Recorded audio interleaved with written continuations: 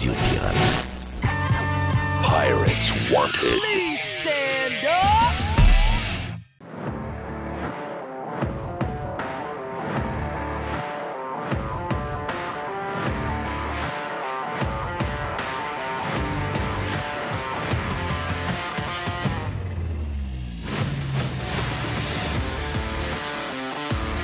OK, on est sur Radio Pirate Live. On va dire de quoi, là? Ici, ça brasse, là. C'est parce que on deal avec les horaires de tout le monde, OK? Oui. Et on fait des affaires... on fait de la magie, là. Mr. White fait de la magie. Nous, on fait de la magie. Puis là, on était pognés. On s'est dit matin, Éric Duhem va être dans Prime. On va le mettre vendredi dans le live. Mais là, je l'écoutais puis je me disais, ben non. Il faut que les gens de live écoutent ça là. Puis, parce que sinon, ça va devenir peut-être trop intemporel vendredi parce qu'il y aura un déclenchement d'élection. C'est ce que Éric nous apprend. Dans le prochain quart d'heure, donc dans le prochain bloc, Éric va être là. Et ensuite, pendant qu'Éric était là, parce que Régent aussi avait un problème d'horaire, donc Régent s'est joint à nous autres. Là, Régent a fait un bout avec Éric. On a fait un bloc avec Régent et Éric. Puis ensuite, on a fait un bloc avec Reg. Donc, on a tout mélangé à patente, mais anyway, vous l'aurez dans le bon ordre. C'est dans notre tête à nous autres que ça a été compliqué un peu. Méchant job de Mr. White pour la production. Puis en même temps, ben, vu qu'on était dans Prime avec Steph Bruyère, là, j'ai dit Steph, mange des noix, prends ton temps, fais de l'ordi un peu. Oh, oui. Steph, anyway, il travaille de partout. Donc, mais j'ai dit, je veux que tu restes avec moi dans l'ouverture parce que hier, si vous vous souvenez, s'il y a des gens qui étaient là hier, il y en a peut-être qui n'étaient pas là hier, mais allez réécouter hier, vous allez comprendre. C'est que hier, je regarde les sujets, là. Tu sais, je regarde les sujets parce que des fois, ça détonne par rapport à ce que le monde, les politiciens ou encore les médias vont nous parler. Tu sais, ils nous parlent tout le temps de la même maudite affaire. Les histoires de ci, les tempêtes, les ci, les ça. Puis là, finalement, quand tu vas voir ce que les gens veulent parler, c'est pas bien compliqué. C'est le prix de la bouffe, c'est le prix de l'essence, c'est les hypothèques et les patentes de même. Donc, chaque fois que tu regardes, tu te dis, c'est quoi que le politicien s'occupe en ce moment? Puis, qu'est-ce que les gens veulent que le politicien règle? Il y a un monde de différence entre les deux. Je ne sais pas qui conseille ces gens-là, mais ils sont mêlés en ciboles. C'est l'enfer. Donc, hier, ce qu'on a fait, c'est que je ne sais pas comment c'est arrivé. Je pense que tu l'as écouté tantôt, Steph. Je ne sais pas comment c'est arrivé qu'on a parlé de ça. On a parlé de prêts hypothécaires pour les gens. Parce qu'on a parlé d'économie, Jerry. C'est ça qui est arrivé hier? Non, ce qui est arrivé hier, c'est que c'est le changement un changement total de la stratégie des clients, ceux qui renouvellent, autrement dit, leur hypothèque. Avant ça, on était dans le variable, là, quasiment à côté. Je pense qu'on était au-dessus de 60, à peu près 60 parce que c'est toi, Steph, qui avait envoyé un graphique. Et là, on est rendu même en bas de 10 c'est à peu près 8 si je regarde ton graphique. Donc, le variable est passé de 60 à 10 OK. Et là, moi, avec très peu de temps. Avec ma grand-raie de pas connaisseur, j'ai dit, il faut demander à Stéphane Bruyère demain si en ce moment, en sachant que l'augmentation des taux finit, puis s'il y a des gens qui vont renouveler dans la prochaine année, s'ils n'avalent pas le gomme pendant un an, mais qu'ils ne prennent pas du variable, parce que probablement qu'il va y avoir des descentes assez rapides. On ne connaît pas l'avenir, là. Mais s'il y a des descentes assez rapides, puis vous êtes pogné avec un 5 ans, c'est quoi un 5 ans à peu près, Steph, en ce moment? Je t'allais te dire 3,29, mais c'est parce que j'ai les yeux sur janvier 2020. 50 des prêts hypothécaires qui ont été pris étaient à taux fixe. Ouais. Ils vont être à échéance tantôt aux autres là, en 2025. Mais ma question d'hier, c'est ça. Là. C'est eux autres, là, pourquoi ils retourneraient avec un taux qui est vissé dans le béton, puis qu'ils ne peuvent pas sortir de là parce que si jamais il arrive une séparation, il faut qu'ils vendent la maison, ils vont avoir une pénalité de 10, 15, 20, 22 000, 23 000 piastres. Puis que si jamais l'économie ralentit, puis que là, les taux se mettent à descendre, sont fourrés pendant 5 ans avec mettons, une hypothèque de 2400 piastres par mois qui pourrait être à 1700. Donc, il y a un thinking à faire, là. Tout à fait. Fait qu'aujourd'hui, tu as un 5 ans fixe à 5,54. J'ai fait une blague tantôt à 3 points quelque chose. Ça veut dire quelqu'un qui est à échéance bientôt va avoir une augmentation de 2 de son versement hypothécaire minimum. Donc, souvent, c'est des gros changements. Là. Si je m'en vais vers un taux variable, le variable aujourd'hui est à quoi? Entre 6,30 à 6,70. Donc, c'est 1 de différence, là. Entre un fixe et un variable? Oui, c'est 1 de différence. C'est pour ça mon thinking, Jerry. C'est que je comprends que sur le coup, tu vas te dire, ben non, je vais prendre un fixe, c'est plus bas. Ouais, mais c'est parce que tu signes pour 5 ans. Oui. Tu connais pas l'avenir. Mais l'avenir, elle nous montre que là, ça commence à ralentir un peu, puis qu'ils ont peut-être abusé, puis ils vont être obligés de descendre à un moment donné. Puis s'ils descendent, ils vont descendre vite. Tout à fait. C'est ce que Ben Rabidou, Benjamin Tass, c'est pas mal unanime que ça va descendre assez rapidement. Ça va descendre de 0,50 de la coche. Donc là, tu fais quoi? Ben, là, tu parce quelque chose. on a eu des croissances rapides aussi. Là. Tu sais, normalement, la Banque du Canada augmente à coût d'un 0,25. OK? Quand la Banque centrale, OK, la prochaine annonce de la Banque centrale, c'est mercredi prochain. OK? Pas demain, l'autre. OK? Donc, Là, il y aurait 0,25 encore. On pense qu'il va y avoir un autre 0,25. C'est peut-être soit le dernier ou l'avant-dernier. Je te rouvre une parenthèse. La semaine passée, j'ai rencontré une de mes clientes. Écoute, la madame a peut-être 75-80 ans. J'ai plus de bureau, fait que j'ai dit, je vous invite au Starbucks, madame. Là, elle a acheté un condo dans Charlebourg. 120 000. Aujourd'hui, il va à peu près 220 000, 250 000. Puis il reste une grosse hypothèque de 38 000 Ouais, quand même, pas trop de stress. Ben oui. Mais là, je suis tanné, M. Bruyère, je reçois des lettres. Ouais. Je suis tanné d'avoir des lettres. Là, je reçois des lettres là, à chaque mois. Ça la stresse, pas petit. Ben, c'est pas à chaque mois, c'est à chaque 45 jours, mais elle est tannée d'avoir des lettres. OK. Fait que là, j'ai fait de la psychologie. J'ai offert un drink, puis on a bu ça ensemble. Moi, je prends du café, on a jasé. J'ai dit, faites-vous en pas, vous allez en avoir encore possiblement une, puis un deuxième autre lettre encore. Ça va être le pire qui va arriver, selon moi. Parce qu'elle, elle n'aimait pas les lettres, parce que les lettres lui disaient tout le temps, on va augmenter ton hypothèque. Ben là, mon versement hypothécaire va passer de 170 $ par mois à 250 $ par mois. Pour quelqu'un sur les 15-80, c'est beaucoup d'argent. Tu sais? Si on est dans d'autres marchés, on va rajouter des zéros. Oui, on va rajouter 1700 à 2500. Oh oui, pour elle, c'est pas un gros. Il y en a que c'est des 300-400, des 500 de différence. C'est exact. Oh oui, je comprends. Mais tu m'as conté une histoire matin quand je t'ai conté ça. Tu m'as dit, il y a une affaire que tu comprends pas, Jeff. C'est que quand tu arrives dans une patente, parce qu'il dit, ton thinking est très logique. Mais dis-moi, quand je m'assois avec des gens, puis je dis pas que c'est ça 100%, là, je suis pas assez avec toi, là, mais j'ai compris que le gars peut penser comme moi, OK? Oui. Mais la madame ne veut plus rien savoir du stress du montant changé. Donc, la madame a dit non, je veux avoir le même montant pendant 5 ans. Là, le chum, il dit oui, mais là, on va payer plus cher là un peu, mais ça se peut que dans 3 ans, mais ça nous coûte 500 de moins que ça nous coûte là parce que les taux vont avoir diminué. Non, je veux rien savoir. Fais ce que tu veux avec le reste. Pour l'hypothèque, je veux savoir dans le budget pendant les 5 prochaines années comment. Ouais, mais quand on va faire le calcul des 5 ans x 12 et le montant qu'elle va payer, ça va peut-être y coûter 15 000 de plus ou 20 000 de plus que ça aurait dû y coûter si ça était en variable à partir d'aujourd'hui. Mais elle veut rien savoir. Donc, c'est de la psychologie que tu fais. Sans considérer aussi que tu as la pénalité hypothécaire avec un taux fixe. Quelle va être quand je vais vouloir casser mon hypothèque? Puis on a eu la plus belle campagne publicitaire contre l'hypothèque à taux variable depuis un an et demi. Mais les gens s'aiment. Ils ne pensent pas à casser leur hypothèque. Là. Ils ont acheté une maison, sont en amour, puis ils vont mourir dedans. Ah non, mais je veux la casser parce que là, j'ai un taux hypothécaire à 5,5, 5,5, 6 %, puis là, les taux sont rendus à 4. Là, je veux la casser, mon hypothèque, je paye bien trop cher. Oui. On va arriver, là. Là, c'est là que ça coûte 20 000.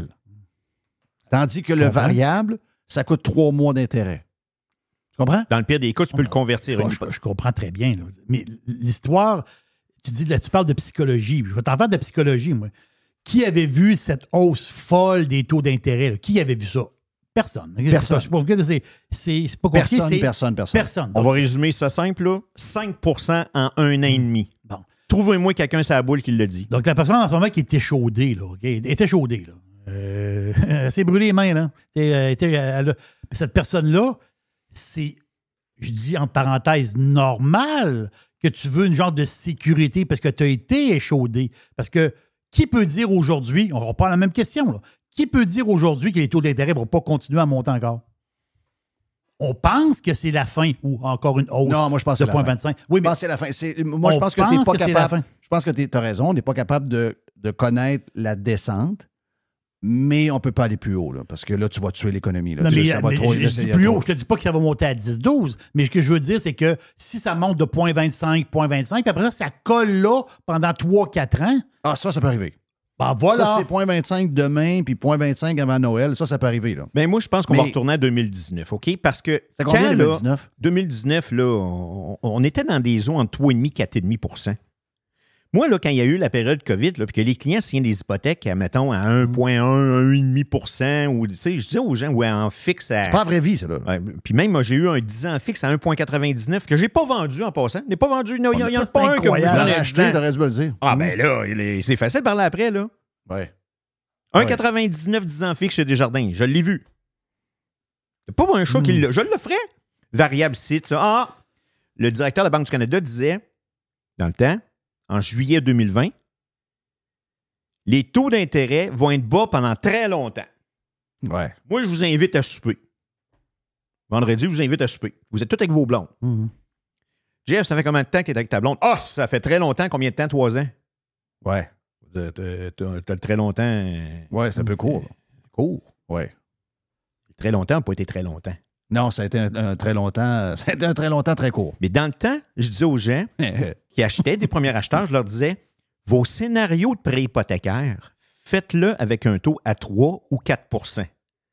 Ouais, mais c'est... Non, t'as pas compris. C'est trop bas. Faites vos scénarios avec un taux à 3 ou 4 %. Ouais, ça fait cher à 4 %. Ben, achète pas. Oui. Ou achète plus petit. Achetez pas. Fait que là, aujourd'hui, je vous dis la même affaire.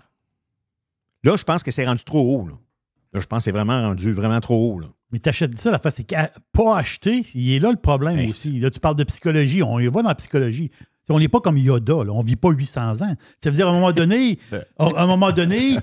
tu veux avoir ta maison, tu veux avoir ton terrain, tu veux avoir ton chez-toi, tu veux avoir une famille, les enfants. À un moment donné, il faut que ça se starte. Là, tu dis, non, va-t'en dans une cabane, dans une espèce de condo en carton, va te parquer là, puis attends que ça descende.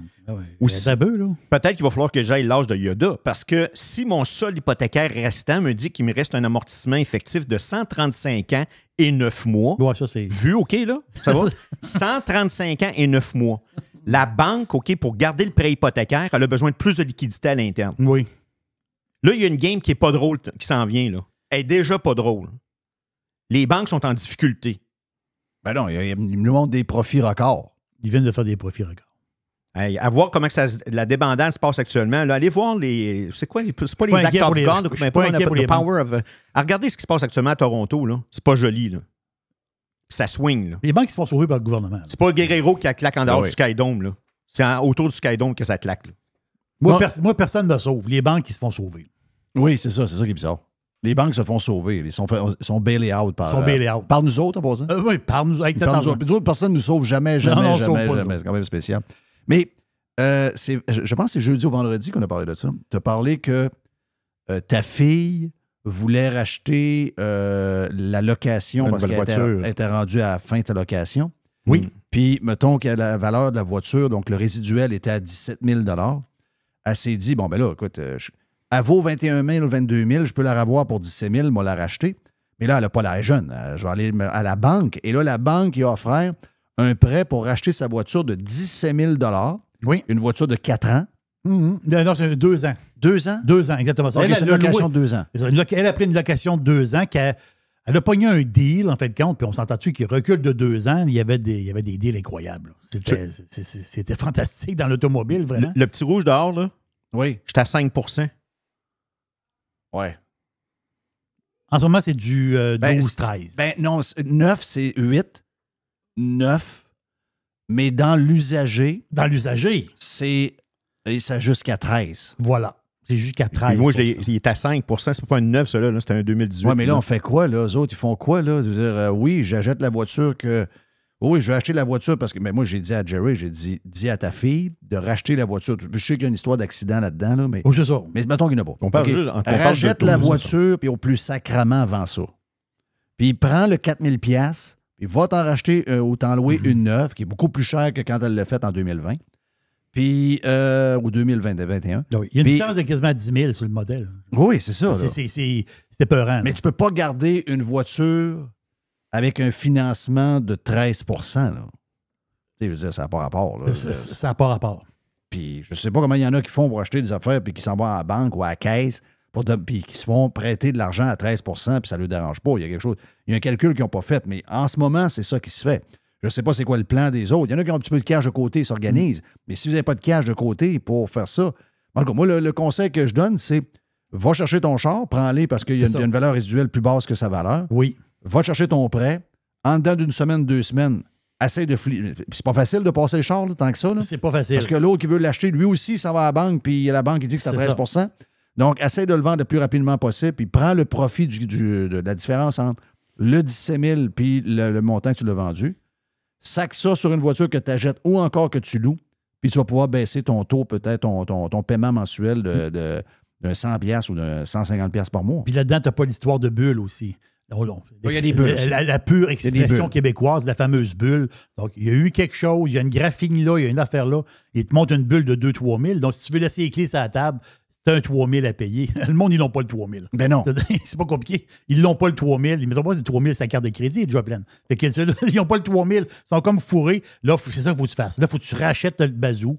Ben, je dis le bazou. Le char, il est neuf, il y a 2 ans. Mais tu rachètes ton char, puis après ça, tu trouves une stratégie là, par la suite. Là. Pas évident. Dans le prêt hypothécaire, tu disais qu'il y avait, en tout cas, moi, je vois de plus en plus de refus. Tu sais, j'ai des gens, moi, admettons que j'avais un taux hypothécaire à 5,19 il y a quelques mois, qui est rendu à 5,59. Fait que je suis obligé de qualifier avec un taux à 7,59.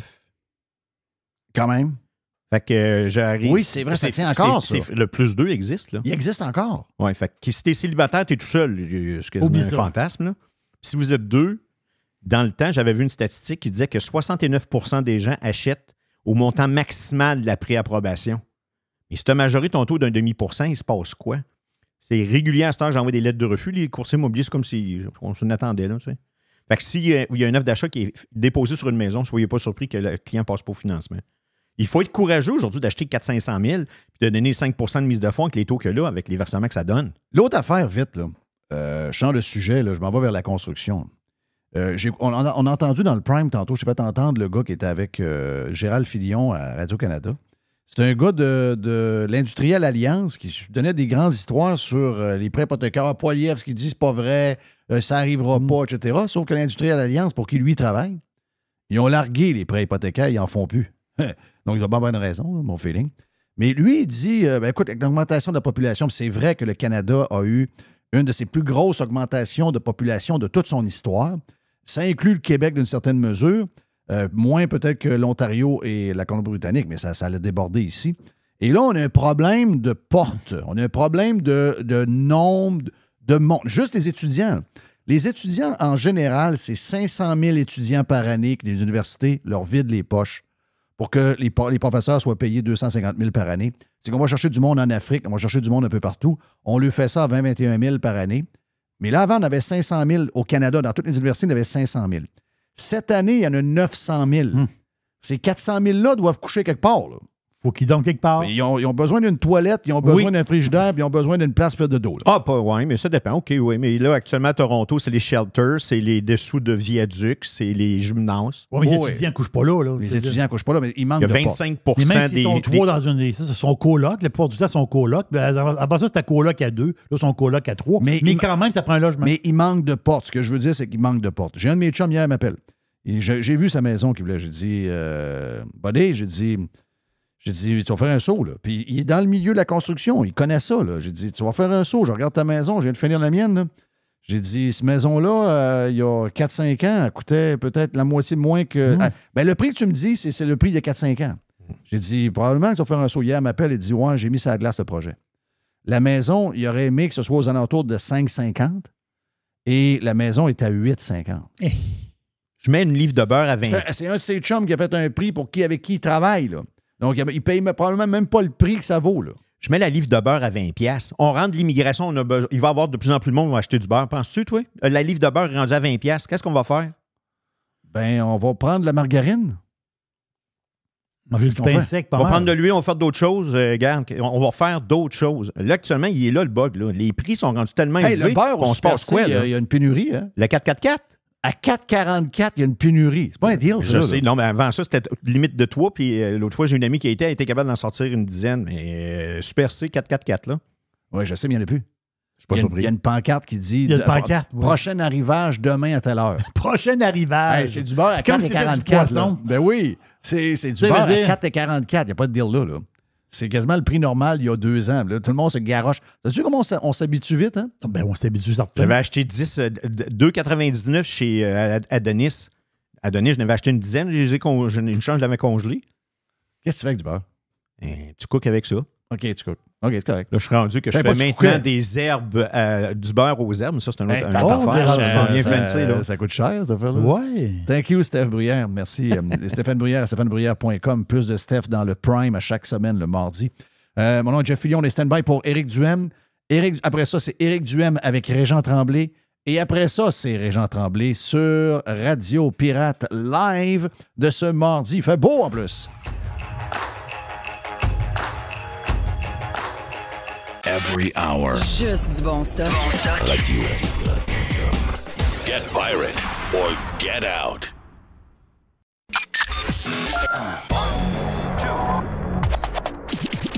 I love it. Listen. Radiopirate.com. Radiopirate.com. Radio Pirate. T'es installé, Eric? Oui. Parfait. Ça va bien? Très bien, merci. Toi-même? Yes, très bien. Beaucoup de choses à jaser. Est-ce que ça grenouille un peu au Parti conservateur du Québec? Ça a grouillé beaucoup dans les 72 dernières heures pour préparer notre candidat, pour faire notre annonce de candidature dans Jean Talon. Là, ça grouille pour faire nos pancartes parce que ça a l'air que le premier ministre pourrait déclencher l'élection dans les 48, même 24 prochaines heures, en fait. Oui. Non, mais je parlais pas de ça, je parlais de ton histoire avec la directrice générale. Il y a une directrice générale. On a changé de directrice générale, ça va se faire d'ailleurs vendredi, c'est même pas encore fait. Le PQ l'a fait il y a 3 semaines, il n'y a personne qui n'a entendu parler. Nous autres, ça fait 3 jours, ça fait une nouvelle dans la radio à Québécois. Et à l'intérieur de la gang, peu importe l'extérieur, qu'est-ce qui se passe à l'intérieur de la gang? La gang de Beauharnois, j'ai vu des commentaires de... Il y a des gens qui l'ont défendu, puis je veux dire, c'est normal. Il y a des gens à l'interne. Il y a toutes sortes de raisons. J'ai le président du parti, Donald Gagnon, que tu connais bien, qui a expliqué ça. Je veux dire, tout est correct. Là. On a convenu mutuellement que c'était mieux de faire les choses différemment. Puis là, ils sont en train de refaire le show. Mais on a 6 employés, il y en a un qui change. Ça arrive dans toutes les organisations. C'est la première fois en 8 mois. Moi, c'est pas une surprise pour moi. Là. Regarde, dis pas ça à moi. Là. Mais, je pose la question parce qu'il y en a plein de gens qui m'écrivent. Tu sais comment est-ce que c'est? Les gens, dans notre gang, il y a toujours il y a une instabilité souvent qui est dure à analyser.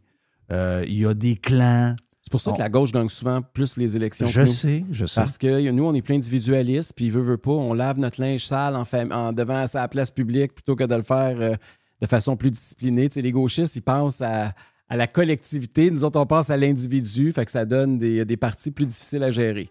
Ouais. Donc, as-tu à dealer avec ça pas mal? Non. Moi, mon focus, là, c'est pas ça du tout. Mon focus, c'est l'élection dans Jean Talon qui s'en vient. Nos 3 colloques. On en a un d'ailleurs ce soir sur l'économie. Non, mais c'est pas ça que je veux dire. C'est-tu quelque chose... Moi, je te connais. Je connais tes intentions. Mais dans n'importe quoi, là. Moi, je fais de la radio, mais on the side, j'ai à gérer un sous-traitant là, j'ai à gérer une patente d'admin, j'ai à gérer, tu sais, plein d'affaires que j'aime pas nécessairement faire dans ma business. Est-ce que c'est un côté qui est... Parce que toi, tu veux faire de la politique, tu veux gagner des sièges. Dans un parti politique, chaque personne a sa place et sa fonction. Le rôle d'un chef, c'est pas de faire de l'administration. Là. On a un représentant officiel qui fait ça, Patrice Raza, qui était là même avant que j'arrive, il est là depuis toujours. Il y a des gens que chaque personne s'occupe de son carré de sable. Puis moi, mon carré de sable, c'est pas ça. Mon carré de sable, c'est d'être le porte-parole du parti, de m'assurer que les politiques sont mises en place, de m'assurer qu'on a tout ce qui est public, tout ce qui est politique publique. Je travaille avec le président de la commission politique, Karim El Ayoubi, sur le contenu, sur le congrès qui s'en vient, sur les 3 colloques. J'ai travaillé avec les organisateurs sur le terrain pour l'élection partielle. Tu sais, des affaires, les gens ne réalisent pas, là, mais la politique, là, c'est des affaires très, très de base. Là, c'était prendre nos photos puis nos pancartes, puis là, envoyer ça à l'imprimerie, puis là, nos dépliants, puis corriger le texte des dépliants, puis qu'est-ce qu'on met pas. Oui, mais tu as le côté d'essayer de plaire pour pas pour pas que ça fragmente ici et là. Tu sais, je voyais, tu as raison, il y a des gens qui ont défendu, puis c'est correct, là, ils ont trouvé que c'était une bonne personne, puis qu'elle était ci, était ça. Correct, j'ai vu la madame que tu prenais souvent, Mme Evrel, je pense à... Ariel. Ariel? Jacinthe-Ève Ariel. OK. On n'est pas dans le comté ici, on est dans le comté de... Non, je suis à côté. Aussi. Moi, je suis dans le côté de GG. Mais elle est pas loin. Elle a dit ouais, elle a passé un commentaire. La gang de Beauharnois, je m'attends que ça brasse, mais elle, ça m'a surpris. Tu comprends? Qu'elle prenne un peu la défense.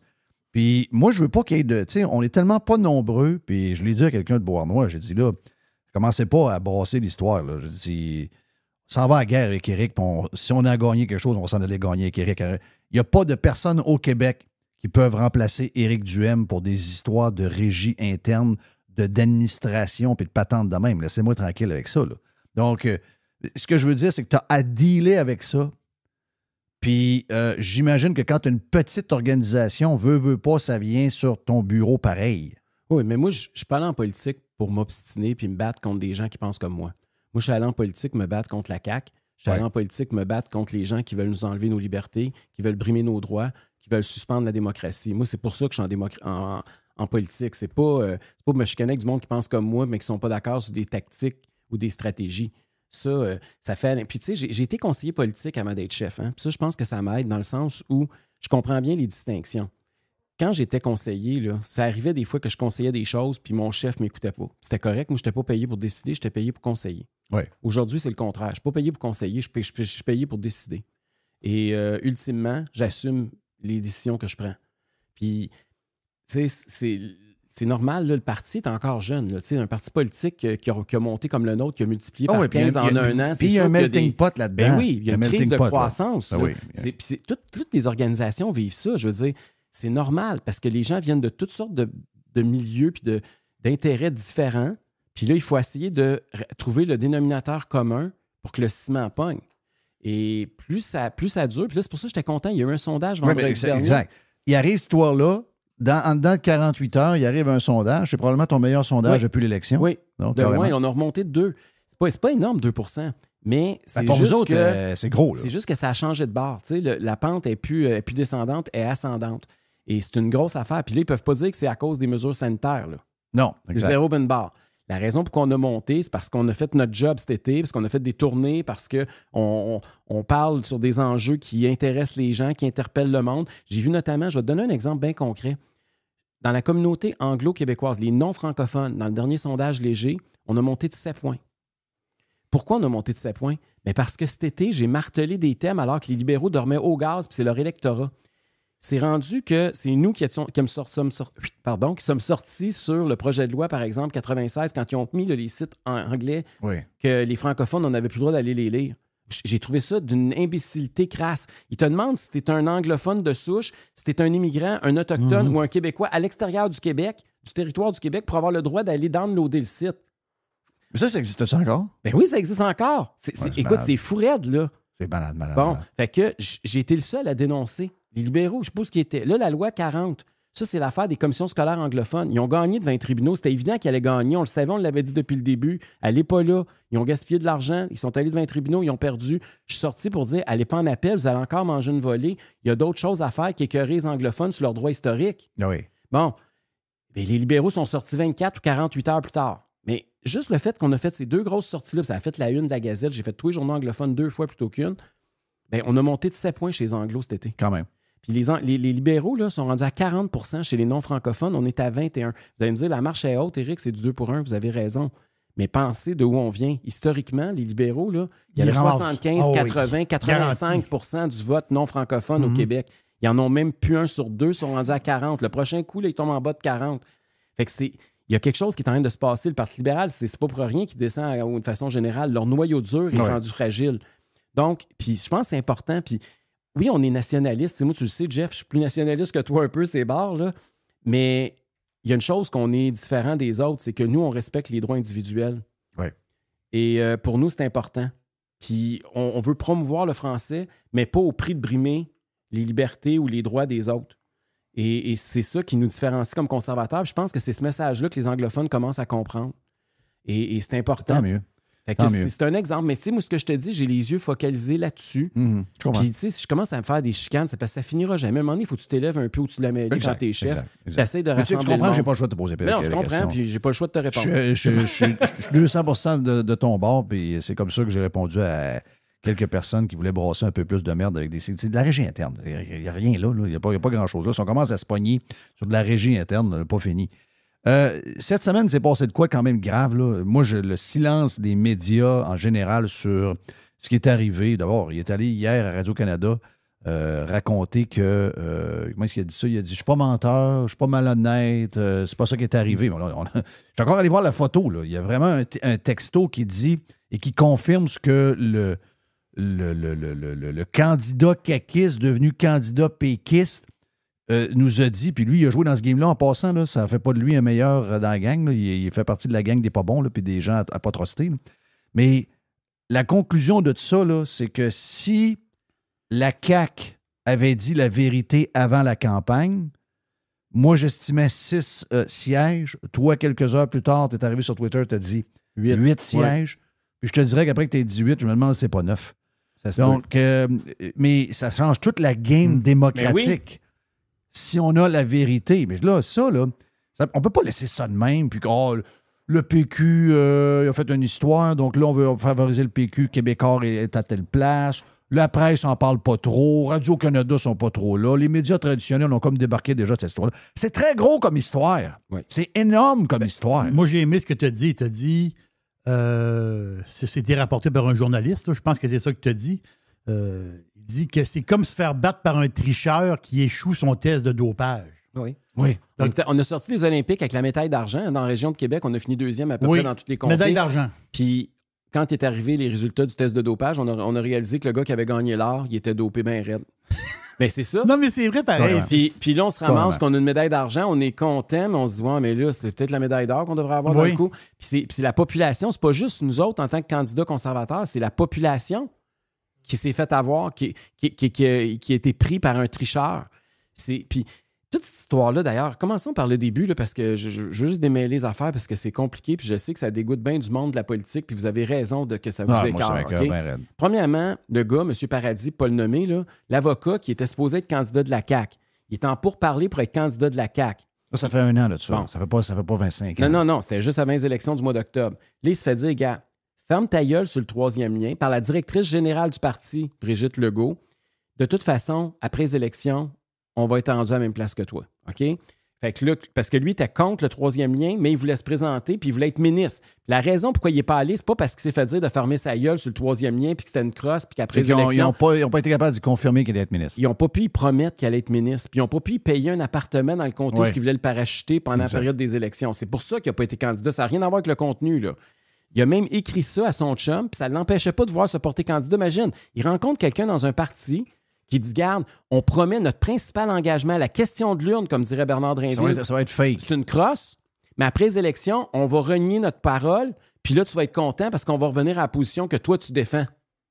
Puis lui, il dit, ah oui, c'est une bonne idée, OK, puis il écrit ça à son chum. Moi, je te dis qu'il est dans la même gang que l'autre. Là. Il y a quelqu'un qui me dit, c'est un gars qui a un beau CV, il est vraiment intéressant, on est chanceux d'avoir en politique. Pardon? On vient de le connaître, puis on sait déjà qu'il était prêt à embarquer dans une game de crosseurs. Il était prêt à rouler tous ses électeurs dans la farine pour être ministre. Oui. C'est ça que ça veut dire, son texto. Là. Carrément ça. Puis il coule ça lui-même. Oui. Il se coule lui-même. Il s'est coulé lui-même pour se défendre. Non, c'est ça. Donc là, ça veut dire que t'as la CAQ, la gang de menteurs dans Jean Talon qui vont présenter quelqu'un. Hey, ça, c'est drôle aussi. Joël, comment ça s'appelle? Joël Boutin, qu'on n'a pas entendu. Elle avait l'air bonne, un bon CV et tout. Mais je veux dire, on ne l'a pas entendu depuis 2019. On ne l'a pas entendu pendant la COVID. On ne l'a pas entendu jamais. Elle va devenir débatteuse à LCN pendant la joute. On va l'entendre plus à la TV qu'on ne l'a jamais entendu comme politicienne. Puis c'est elle qui va faire l'analyse avec Paul Larocque puis avec Emmanuel Latendresse de l'élection partielle dans Jean Talon dans laquelle elle vient de démissionner. On ne sait pas vraiment pourquoi. L'élection partielle, c'est cher. Peut-être que pour vous autres, c'est une bonne opportunité. Mais je veux dire, pour un citoyen, il n'y a rien. Cher, là. Ça va être plusieurs centaines de milliers de dollars. Là. Mais on parle d'entre 600 et 800 000 $. 700 000, puis peut-être plus. Puis à part les dépenses des partis qui sont en partie remboursés, c'est parce que ça finit plus. Là. Il y a beaucoup de dépenses. Mais elle est sortie de la politique pour des raisons un peu floues. 8 mois après avoir été élue. Ben là, à un moment donné, peux-tu payer une partie, là? Tu sais, je sais pas, là, mais... C'est sûr que... Puis tu sais, si Éric Kerr avait démissionné, on a tout compris, là, parce qu'il nous l'avait promis en campagne électorale. Oui. Elle avait promis qu'elle ferait son mandat. C'est ça. Puis c'est la deuxième fois, Jean Talon. Sébastien Chose a fait la même affaire chez Libéraux, bien pareil. Pas deuxième. Troisième. C'est la troisième? Rappelle-toi, c'est qui? C'était pas le docteur Bolduc qui était parti avant la fin ou le docteur... Couillard, je me souviens plus comment c'est arrivé, mais il y a eu c'est la 3e élection partielle dans la circonscription de Jean Talon dans l'histoire récente. Wow. Puis ça, c'est sûr que ces électeurs-là, premièrement, ils se demandent comment se fait que c'est elle qui démissionne puis c'est pas Éric Kerr. Ça aurait dû être Éric Kerr. Je veux dire, de tous les indicateurs pointent vers Éric Kerr. C'est lui qui nous avait dit qu'il allait démissionner, qu'il n'y aurait aucune excuse possible sur le 3e lien, que s'il y avait un recul, il démissionnait. Fait que les électeurs, ils ont voté pour qu'il démissionne. Oui. Puis il reste là. Elles, ils n'ont pas voté pour qu'elle démissionne, ils ont voté pour qu'elle finisse son mandat, puis c'est elle qui démissionne. Ouais, c'est bizarre. C'est le monde à l'envers. C'est le monde à l'envers. Puis, tu sais, un matin, je lisais José Legault. Ouais. Je payais pour faire ça, là. Inquiétez-vous pas, je le ferai pas. Mais moi, je ne clique plus jamais sur ces affaires-là. T'es pas assez payé cher pour lire ça. Jamais. Et là, elle parle là, du duel de Jean Talon entre la CAQ et le PQ, parce que là, c'est comme ça qu'ils essayent de faire le build-up, les médias. Hein. Ils veulent que ça soit un duel. Est-ce que tu as vu comme moi que c'est confirmé et officiel que depuis la fin de l'argent versé à Québécois a abandonné la CAQ et est maintenant 100% PQ? C'est clair qu'il y a ça pousse beaucoup en faveur de PSPP là, dans les journaux, particulièrement dans le groupe québécois. Je pense que c'est assez évident quand on lit les journaux. Là. C'est un peu indécent aussi. Là. Tu te fais pousser de l'argent pendant 2-3 ans. Tu deviens le média officiel du parti au pouvoir. Puis là, l'argent arrête. Puis là, hop, boum, tu délaisses ceux-là que tu as appuyés pendant 3 ans, qui ont fait vivre des affaires atroces au monde. Puis tu as traité tout le monde de tout et non. Puis là, après ça, tu te retournes au PQ. Je veux dire, après ça se demande pourquoi ils ont de la misère à survivre.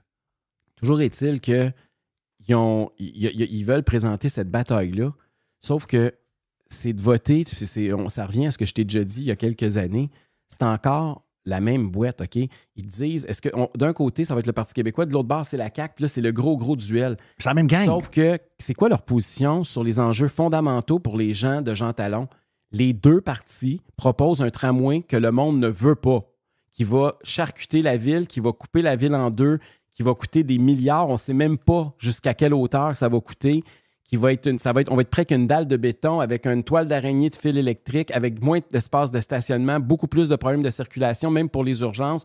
Je veux dire, pour plusieurs personnes, là, c'est la pire des choses qu'ils peuvent faire. Les deux partis proposent exactement la même chose.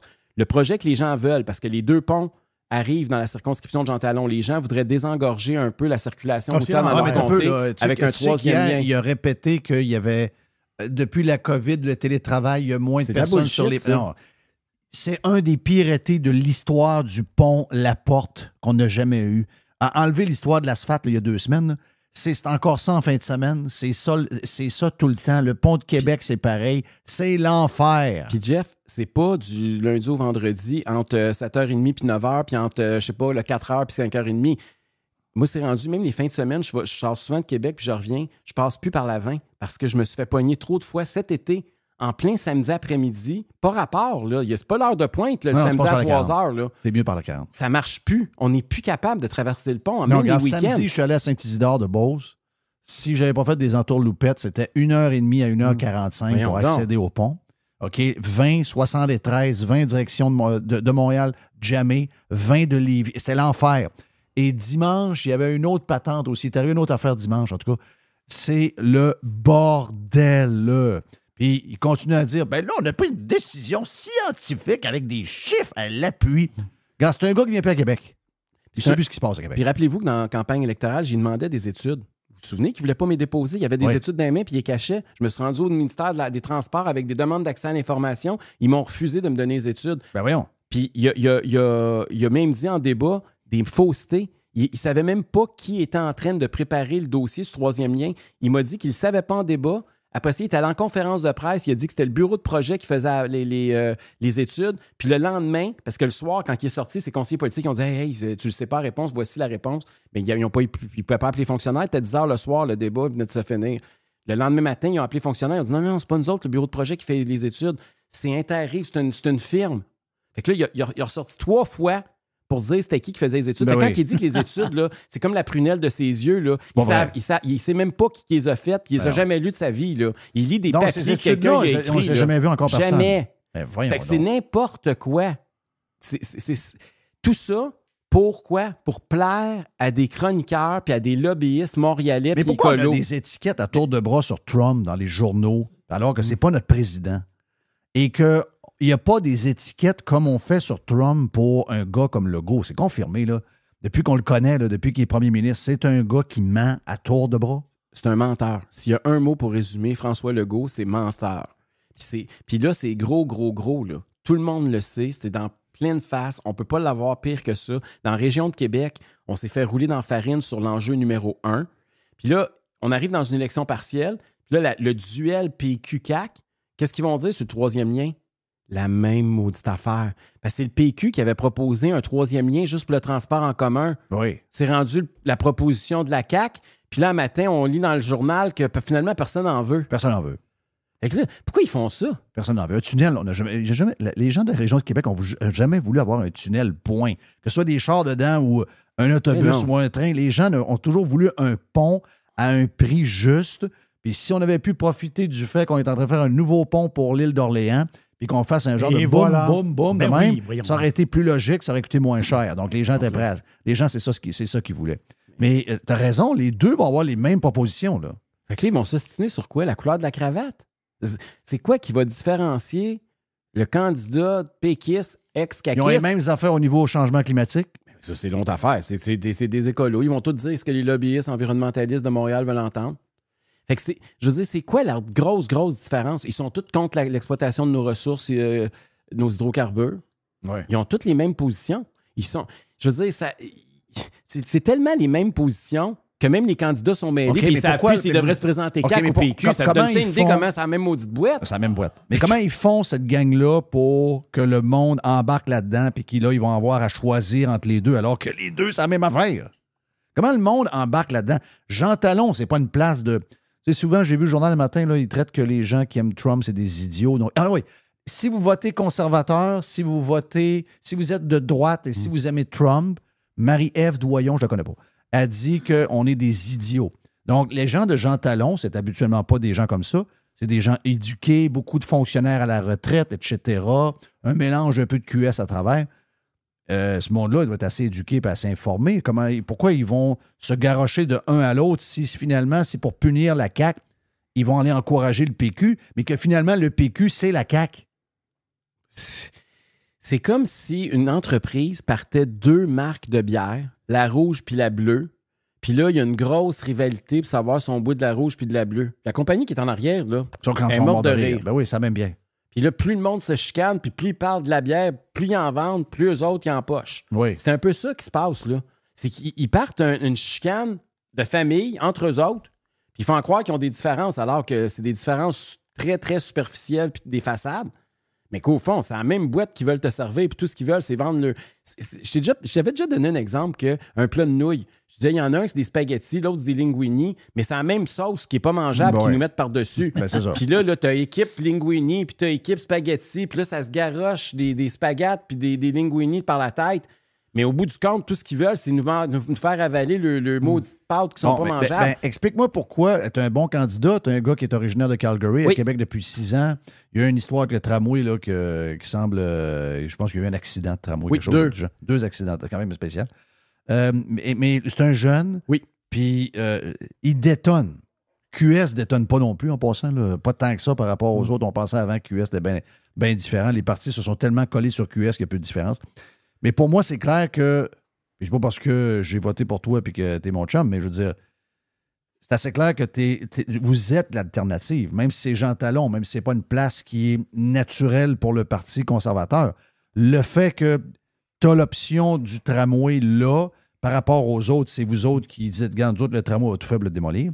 Puis après ça, on va essayer de repousser telle affaire. Au moins, vous êtes différents. C'est le moins qu'on puisse dire. Hier, dans le sondage, ça paraît pas bien. La campagne n'a pas commencé, puis on ne s'était pas prononcé sur rien. Hier, on a annoncé notre candidat dans la cour de M. Lemay puis de Mme Saint-Martin, que je remercie d'ailleurs, avec plusieurs organisateurs du mouvement Québec mérite mieux.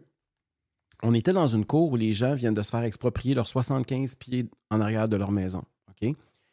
Le tramway va passer à 2 mètres de la ligne. Là, c'est où, ça? C'est sur le boulevard Pie-12. OK. Sur le plateau, là. Oh oui. Mais ça fait partie de Jean Talon? Oui. OK, je pensais que c'était... Jean Talon est rendu beaucoup plus à l'ouest qu'avant. Parce qu'avant ça, tu avais une partie de Montcalm qui était dans Jean Talon. Puis là, plus ça va, plus Jean Talon s'en OK, vient parce dans que je pensais l'ancien que Louis ce Hébert. bout-là, avant, c'était Louis Hébert. Ben, c'est ça, mais Louis Hébert s'en vient plus par ici, là, vers OK, Saint-Augustin. OK. Louis Hébert s'est poussé vers l'ouest, puis Jean Talon aussi a OK, bougé vers OK. l'ouest. Fait que Moi, je connais très bien la place. hein. Bon, fait que ces maisons-là, imagine, là, tu as une belle cour, là, on est allé hier, c'est magnifique, là, la dame, là, elle a fait un gros jardin, puis il y a une belle espace. Il y a quand même les des poteaux piscines. d'Hydro-Québec qui sont là, Oui, ça il y a leur des permet lignes d'avoir haute tension. énormément d'espace. là. Ils ont 75 pieds de plus qui louaient à Hydro-Québec historiquement. Là, leur bail a été résilié. La Ville de Québec a pris possession des terres puis les exproprie à partir du 15 octobre. Là, ils vont tout abattre les arbres, parce qu'il y a des gros arbres là, qui sont là. Ils vont tout abattre ça. Ils vont rentrer les boules. Ça, c'est des écolos. Là. Ils vont rentrer les boules là-dedans pour asphalter tout ça. Le bruit, ça va être 90 décibels. Hier, on l'a fait jouer, juste pour que les gens réalisent. Des journalistes étaient là. Je n'étais même pas de parler. J'étais à 2-3 pieds d'eux autres. Là. On n'était pas de s'entendre. Alors, Ça va être 24 heures par jour, 90 7 jours décibels semaine. dans là. un char, c'est de la musique forte. Là. Ça, c'est non-stop. Oui. OK, donc c'est en arrière de leur maison? Oui. Wow. Fait que là, les gens, qu'est-ce que tu penses? Là, c'est eux autres, là, puis ils peuvent plus vendre ça. Qui va acheter ça? Oui. Au lieu d'une belle cour avec des beaux arbres, puis tu as 75 pieds de terrain, tu Mais n'as je te plus pose rien, la tu as un question. Là. tramway. Je comprends que tu veux que le sujet reste parce que c'est ça qui va différencier du PQ puis de la CAQ. Là. Mais entre toi puis moi, là, c'est fini le projet de tramway. Là. Ils sont liés entre les lignes. Là. Si c'était la logique qui primait, ça serait fini. Mais ils sont tellement prêts à sauver la face qu'ils vont-tu quand même nous engloutir dans ce projet de fou-là? Parce que, puis, tu sais, hier, vous l'avez vu, là, ils n'arrêtent pas de reporter les dates parce qu'ils ne veulent pas nous dire le coût. Ouais, mais Julien, il l'a dit un peu, là, qu'il n'aura pas. Là. Mais il n'a pas dit ça pantoute. Il a dit qu'il va en Ouais. avoir à coût raisonnable. Ouais, ça veut dire qu'il va y avoir un genre de tramway de 1,5 km qui va être en haut. Là. C'est un genre de tramway touristique. Ça va être ça. Il y Mais aura ça pas va grand-chose. coûter combien, cette niaiserie-là? Là? Ben, juste parce qu'ils veulent en mettre un. Là. Mais il y en aura Jeff, ça n'a pas. pas de sens. Le projet à base n'a aucun bon sens. Il y a la guerre à l'auto aussi là-dedans. Là. Il y a le symbole c'est de la clair. guerre à l'auto parce que la ville, maintenant, pour les promoteurs, c'est clair que si vous faites des appartements 1000 pieds carrés, avant, c'était une voiture pour 1000 pieds carrés. Maintenant, jusqu'à tout récemment, c'était 0,75 voitures par 1000 pieds carrés.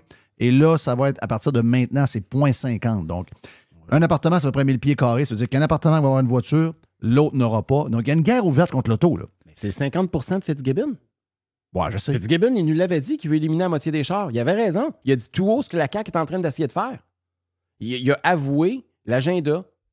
Puis là, ils vont continuer cette guerre-là. C'est quand même bizarre, là. Parce qu'eux autres, là, ils veulent aussi profiter du tramway pour éliminer des espaces de stationnement. Ça, c'est l'autre enjeu. Il y a C'est 3-4 buts derrière ça. sur le fait que la dalle de béton va empêcher les gens de passer d'un boire à l'autre. Fait que pour les autos, c'est beaucoup plus de temps pour contourner les dalles parce qu'il va y avoir des espèces d'entonnoirs très éloignés l'un de l'autre où on va pouvoir traverser. Fait que ça empêche la vie des automobilistes. Moins de stationnement, plus de temps sur les routes, plus de congestion, etc. C'est ça, là. Puis nous autres, qu'est-ce qu'on propose? On propose la gratuité pour le transport en commun. Mais croyez pas, les gauchistes se sont rendus compte de ça. Voyons. Parce qu'il y a deux choses qui pourront... S'ils croient qu'il faut améliorer le transport en commun, il y a deux indicateurs qui te font abandonner ton auto pour embarquer dans l'autobus. Le coût, puis le temps que ça prend de te promener du point A au point B. Le tramway, non seulement ça va coûter moins cher, ça va coûter plus cher, puis deuxièmement, il est plus lent qu'un autobus. C'est en moyenne 21-22 km à l'heure. Fait que c'est plus lent puis plus cher. Fait que c'est exactement le contraire de ce qu'il faut pour améliorer, pour qu'il y ait plus de monde qui abandonne leur voiture. Puis l'autre affaire, c'est moins fiable. C'est-à-dire que s'il y a un accident, le tramway ne peut pas passer sa rue en arrière puis faire un détour. Là. C'est impossible. Le tramway, il est jamais sur ses tracks. Oui. Fait qu'il est beaucoup moins flexible que l'autobus. Donc, quand il y a un bris, quand il y a un problème, quand il y a un accident, le tramway, il ne peut plus rien faire. Tu as besoin des autobus pour régler les problèmes de congestion. Fait qu'il y a tous les inconvénients. Il n'y a pas les avantages. Nous, on propose une solution qui va coûter beaucoup moins cher, qui va permettre d'augmenter le nombre d'usagers du transport en commun de façon réelle, puis d'enlever du monde ces routes sans enfantianiser la vie des automobilistes. Puis ça, ils n'en veulent pas. Parce que leur but réel, c'est d'écœurer les automobilistes. C'est une guerre à l'auto. C'est pas d'avoir plus de monde dans le transport en commun, c'est d'écœurer ceux qui ont un char. Puis on a le seul candidat en passant dans Jean Talon qui n'a pas de char. Notre candidat, il se promène en vélo puis en transport en commun. On est le seul. Parce qu'eux autres, là, ils parlent tous du transport en commun, mais il y en a combien, tu penses, qui se promènent en autobus puis en métro dans cette partie-là? Il y a zéro. Penses-tu que Fitzgibbon, il se promène, il prend les 800 souvent, toi, là? Fitzgibbon était dans un gros avion hier. Oui. Ça se déplace comme ça s'est toujours déplacé. Eux autres, Eux autres, ils couperont rien, là. Dans le peu de voitures qui vont rester, le nombre de... le nombre... Ça va être eux autres, là. Le peu de vols d'avion que tu vas avoir le droit de prendre, eux autres, ils n'auront pas de limite, là. Ça je connais. On commence à connaître la patente, là. Hey, donc, c'est quoi, là, cette semaine, là, donc, tu as annoncé ton candidat. Oui. Tu penses que l'élection va être annoncée? Mais là, ça se peut que ça soit au cours des 24 prochaines heures. Je pense qu'aujourd'hui, la CAQ va annoncer sa candidate, sa fille de Paul Chouari. Oui. Je pense que c'est Vite à sa coche, c'est son organisation, c'est quand même spécial, comme nom. Ben, je suis assez caquiste. Oui, c'est ça. C'est pour Ils ont mis la sacoche de tout le monde. Oui. Elle est de l'organisation. Elle est à bonne Vite place. à sacoche. Elle est à bonne place. Elle a choisi le bon parti. C'est ça, carrément. Après moi, elle a target, là, elle est en plein dans le mille. Et, mais donc, c'est possible que ça soit déclenché. Mais ils ont quand même, c'est ça, c'est l'autre affaire. C'est pas très démocratique, mais c'est comme ça. Le premier ministre est à sa discrétion. Il y a 6 mois pour déclencher la campagne électorale. Il peut faire ça quand il veut. Normalement, il faut que ça se fasse un mercredi parce que le Conseil des ministres se réunit le mercredi, il adopte le décret. Et là, il annonce le déclenchement de l'élection partielle. Donc, c'est possible que ça soit dans 24 heures. C'est possible que ça soit dans 1 semaine, dans 2 semaines, 3 semaines, et ainsi de suite, jusqu'à dans 6 mois. Fait qu'on ne sait pas, mais mieux vaut être préparé. C'est pour ça qu'on l'a annoncé hier, parce que le plus tôt qu'il peut annoncer, c'est mercredi. Fait qu'on l'a annoncé hier pour être sûr d'être prêt pour être sa ligne de départ. Hey, thank you. Merci, Jeff.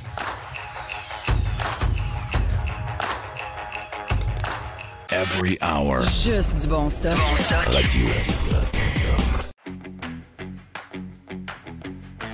Mais je veux que tu jases avec ton chum Régent. Régent est en ligne avec nous autres. Salut, Régent. Régent, on est en train de faire un petit bloc. Je veux t'entendre un peu sur... Parce que Régent j'ai vu Régent il y a une couple de semaines. Puis je sais que Régent t'aime beaucoup. Puis Régent, tu m'entends bien, oui? On vient de passer 3 semaines à l'entourage à Québec, maudite Belleville. Et c'est ça. Donc, je pense qu'il y a des gens qui ont fait le ménage. Ouais, c'est ça. Mais ça arrive. J'ai jasé avec Régent il y a une couple de semaines, puis on a... avec Régent, ce qui est le fun, c'est qu'on peut jaser de n'importe quoi. Puis on était à la table, Régent est là, Julie est là, Zach vient faire des tours pour nous servir, ma blonde est là, moi je suis là. Moi, je suis comme l'entremetteur. Ma blonde a été élevée dans un milieu plus fédéraliste libéral. Régent est encore très nationaliste. Julie est entre les deux. Moi, je suis entre les deux un peu. Je me promène d'un bord et de l'autre. Puis là, on parle de politique en train de manger une bonne bouffe. Puis on parle de toi. Et à ce moment-là, Reg a mangé la veille avec, tu sais, il y a eu l'histoire là, justement de Jean Talon avec la bande-annonce de Lancer Compte. Puis il a mangé la veille avec, je ne sais jamais son nom. PSPP, voilà. Et PSPP, puis il dit, Jeff, tu devrais le rencontrer. Il dit, il est vraiment impressionnant. Puis là, on a jasé de ça un peu, puis ça l'a débordé. Puis comme je disais à Régent, j'ai dit, j'essaie de comprendre, puis tu sais, je sais que tu as un côté très, très nationaliste. Tu es à l'opposé complètement des idées du PQ au niveau de l'économie puis toutes ces choses-là. Mais il y a un point en commun sur le nationalisme. Tu as voté oui en 95, etc. Puis là, j'ai essayé de dire, ouais, mais... Puis c'est ça que je disais à Régent, j'ai dit, pauvre lui, parce que Régent me disait, c'est un gars qui a beaucoup de possibilités, c'est un gars qui est vraiment intéressant, c'est un gars qui a une belle personnalité. Mais j'ai dit, Criff, il est dans un parti qui n'a rien de neuf à m'offrir. On dirait la CAQ, on dirait il brasse des vieilles affaires qui finalement fait qu'il y a 45 des gens, 55 des gens qui ne s'intéressent pas à la politique ou qui ne vont plus voter. Puis ça nous a amené une bonne discussion, Régent, je pense. Hein? On a eu à jaser pas mal de ça. Mais toi, tu vois quoi de ce que du PQ? Bien, c'est sûr qu'il y a une personnalité chaleureuse. C'est quelqu'un, j'y ai parlé une couple de fois aussi en privé. Là. C'est un gars qui est charmant, qui est smooth. C'est pas un crinqué, c'est pas un... Mais il est à la tête d'un parti, veut pas, qui représente quelque chose qui, quant à moi, est un peu passé. Moi, je rencontre pas. Écoute, j'ai fait tous les festivals, puis tous les gars. Je m'en vais encore en Outaouais cette semaine. Là. Je me suis promené dans toutes les régions du Québec. Il n'y a personne qui veut des référendums qui me parle de ça. J'ai pas un chat qui me parle de ça. Le monde m'a parlé de tout sauf de ça. Quand j'étais à Québec, les gens me parlent du tramway, du 3e lien. Puis quand j'étais à l'extérieur de Québec, le monde me parle des taux d'intérêt, de leur hypothèque, de l'épicerie, puis de leur salaire, puis des augmentations de salaire des députés. C'est de ça dont le monde m'a parlé tout l'été. Là. Fait que, tu sais, je pense pas qu'on est dans un état d'esprit. Oui, mais Régent embarquera. Mais Régent, lui, il dit, il va falloir faire quelque chose parce qu'à un moment donné, même si on a de la misère à payer l'épicerie, parce que là, on est sur le bord de disparaître. Je sais que la CAQ va arriver avec une autre mouture de je sais pas trop quoi. Là. C'est pas la loi 96, ça va être une autre affaire. Il travaillait là-dessus hier, il a mis un tweet. Régent, il dit, on va disparaître. Régent, c'est ça que tu me dis, hein? Ben, à un moment donné, le vrai choix pour une élection, ça va devenir vraiment ça. Puis Éric, d'ailleurs, Éric, en partant, un moment donné, j'ai dit, M. Tremblay, bon, j'ai dit, oui, j'ai dit, ça me fait plaisir de céder ce que vous voulez pour lancer compte, ce qui est dans mon domaine. Je sais pas les droits, en tout cas, mais au moins pour être auteur, aucun problème. Mais j'ai dit, il faut que je vous dise, j'ai voté PQ toute ma vie, sauf la dernière élection, j'ai voté pour Éric Duhem. Là, j'ai mis ça clair en partant. Mais après ça, on a eu... Mais il y a un point sur lequel on se rejoint. Sur le plan culturel, sur le plan social, Éric, je pense qu'à un moment donné, on va se retrouver confronté avec ce qui se passe à Ottawa, avec Trudeau, puis avec le multiculturalisme, le wokisme, avec... honnêtement, je pense que le fédéral avec les libéraux, en tout cas, les libéraux, les rouges, sont en guerre, puis le plus ils vont écraser le Québec, mieux ça va être. Ça, c'est pas nouveau, là, ils font ça fait des décennies, là. Oui, mais à un moment donné, on va être confronté, là, si on reste dans cette bastringue-là, on disparaît. Il y a un point que tu as raison, là, c'est sur l'immigration.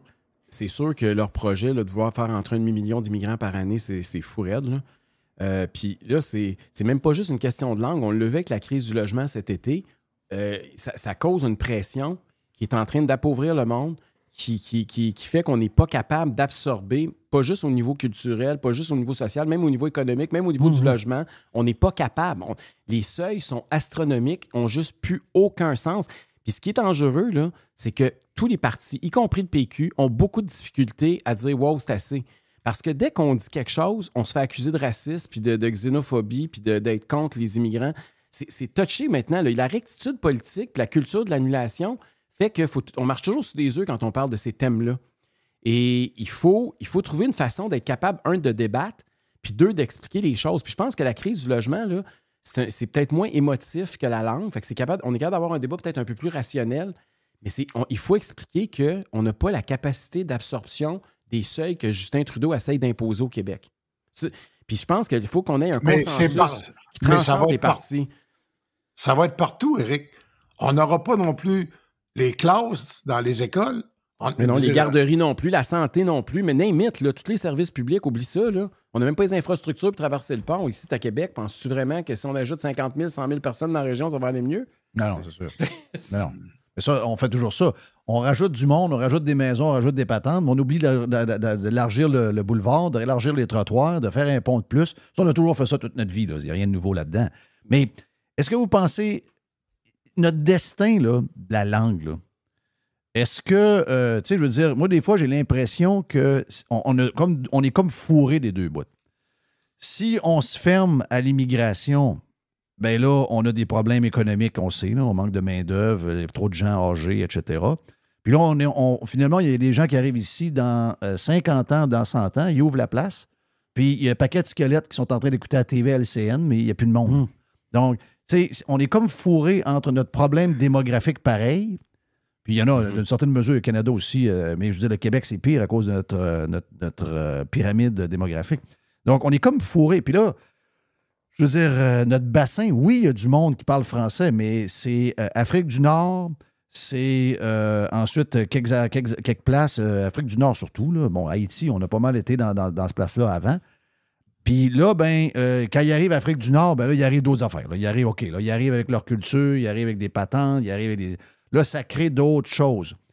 Je veux dire, le Japon est très fermé, puis le Japon a beaucoup plus de monde, mais le Japon est dans une décroissance à plusieurs niveaux depuis 20-25 ans. Ils vivent la déflation depuis tout le temps. Oui. Tu vois qu'ils diminuent. Les valeurs des maisons n'ont pris aucune valeur, puis là, le nombre diminue, puis ils sont très fermés. Mais c'est une décision qu'ils ont prise.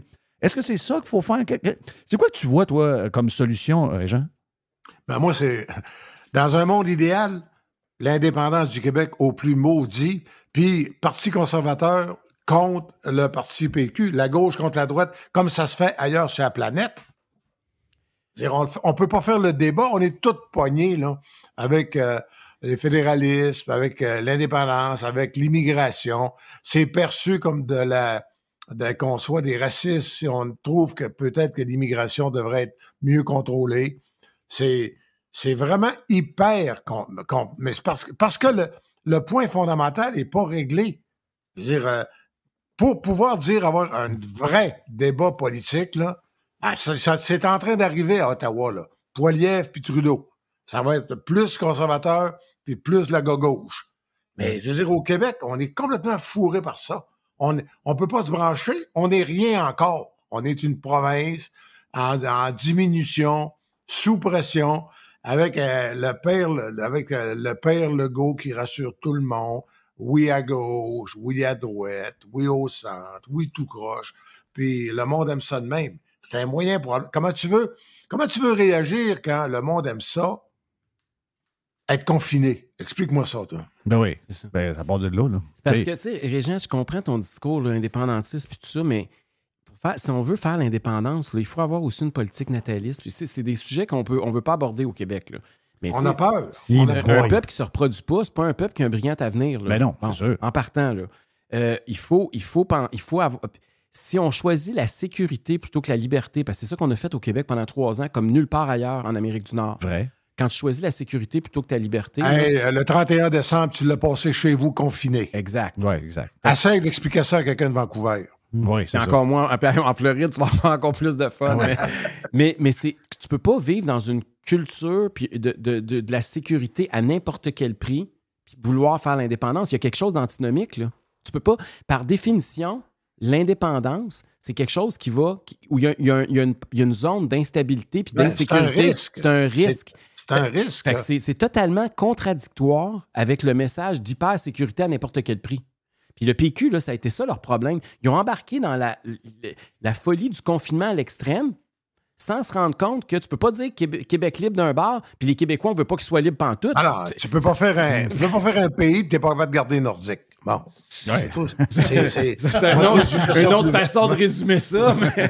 Non, mais essaie de m'expliquer que si tu veux faire un pays, OK? Les technicalités, là, je les comprends pas. Là, quel dollar qu'on prend, puis comment on s'organise avec la banque qui arrive justement à une affaire comme une pandémie, puis tu n'es pas en contrôle de ta monnaie si jamais c'est pas la tienne. Il y a bien des affaires techniques, mais enlevons ça. On prend le Québécois. On prend de l'argent de Québécois. Mais mettons là que on veut la faire, là, parce qu'on se dit c'est la fin. Mais c'est ce que je disais à Régent l'autre fois, c'est que le Parti conservateur du Québec, là, moi j'ai été élevé. Régent, c'est un vieux péquiste. Le père à Jerry, c'est un vieux péquiste. Oui. Mon père, c'est un vieux péquiste. Moi aussi, j'ai une famille ultra péquiste. Oui, c'est vrai, j'ai lu dans ton livre. Mon grand-père, qui en était un que Régent a connu d'ailleurs. Mais ma mère se retrouve dans le PQ d'aujourd'hui, même si elle est caquiste aujourd'hui parce que sa fille travaille à CAQ. Mais je dis, ma mère se retrouve dans le PQ d'aujourd'hui. Mais si mon père est vivant, si le père à Jerry est vivant, ils ne se reconnaissent pas du tout dans le plan 1 du PQ parce que c'était autonomie, c'était l'indépendance économique, il y avait une fierté, il y avait un paquet... En fait, c'est ce que tu vends avec le Parti conservateur du Québec que eux étaient. Dans le temps, c'était ça. Et le PQ est devenu tout ça, tout sauf ce qu'il fallait qu'il devienne. Il a peur d'un projet qui peut donner au Saguenay-Lac-Saint-Jean une grosse force économique de transport d'énergie vers l'Europe.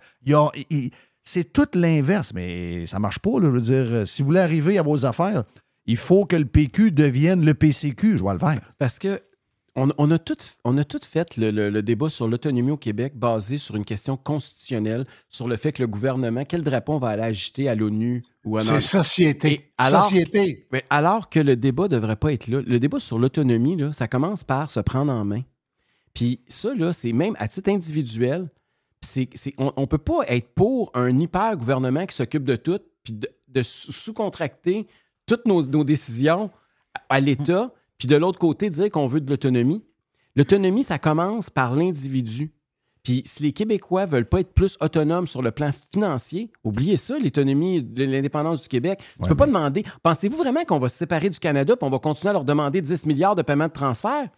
Ça arrive au bout. Non, écoute, si tu vas le prendre où, le 10 milliards? Il faut que tu le produises toi-même. C'est ça, mais quand tu as des gouvernements qui sont contre, comme les 4 autres partis, les Québécois m'ont pas montré pendant 3 ans qu'ils veulent être libres. OK, et incluant le PQ, prenons un exemple très concret. Les hydrocarbures, notre gaz puis notre pétrole. Si tu veux être indépendant, la première chose, c'est stratégique. Regardez ce qui se passe en Europe avec la guerre en Ukraine. Là. Il faut que tu sois indépendant sur le plan de l'énergie. L'indépendance énergétique au Québec, on a la chance de vivre sur un territoire qui est capable de nous donner des ressources, de nous enrichir, puis surtout de nous approvisionner en énergie. Qu'est-ce qu'on fait? On a adopté, puis c'est la CAQ, appuyée par le PQ, une loi pour empêcher toute forme d'exploitation de nos hydrocarbures sur le territoire du Québec. On va être 100% dépendant.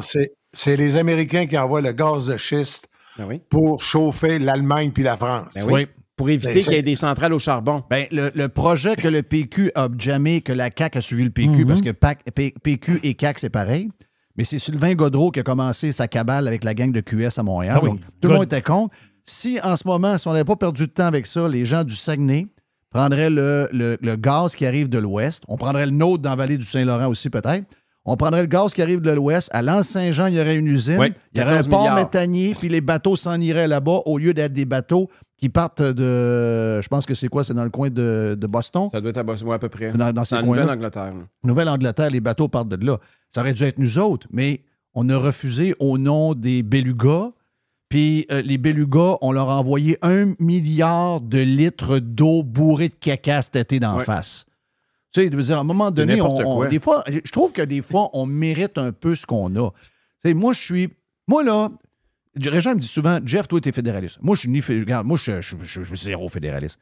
Il y a une affaire, par exemple. Je suis bien plus indépendantiste que beaucoup de gens qui votent pour le Parti québécois. OK?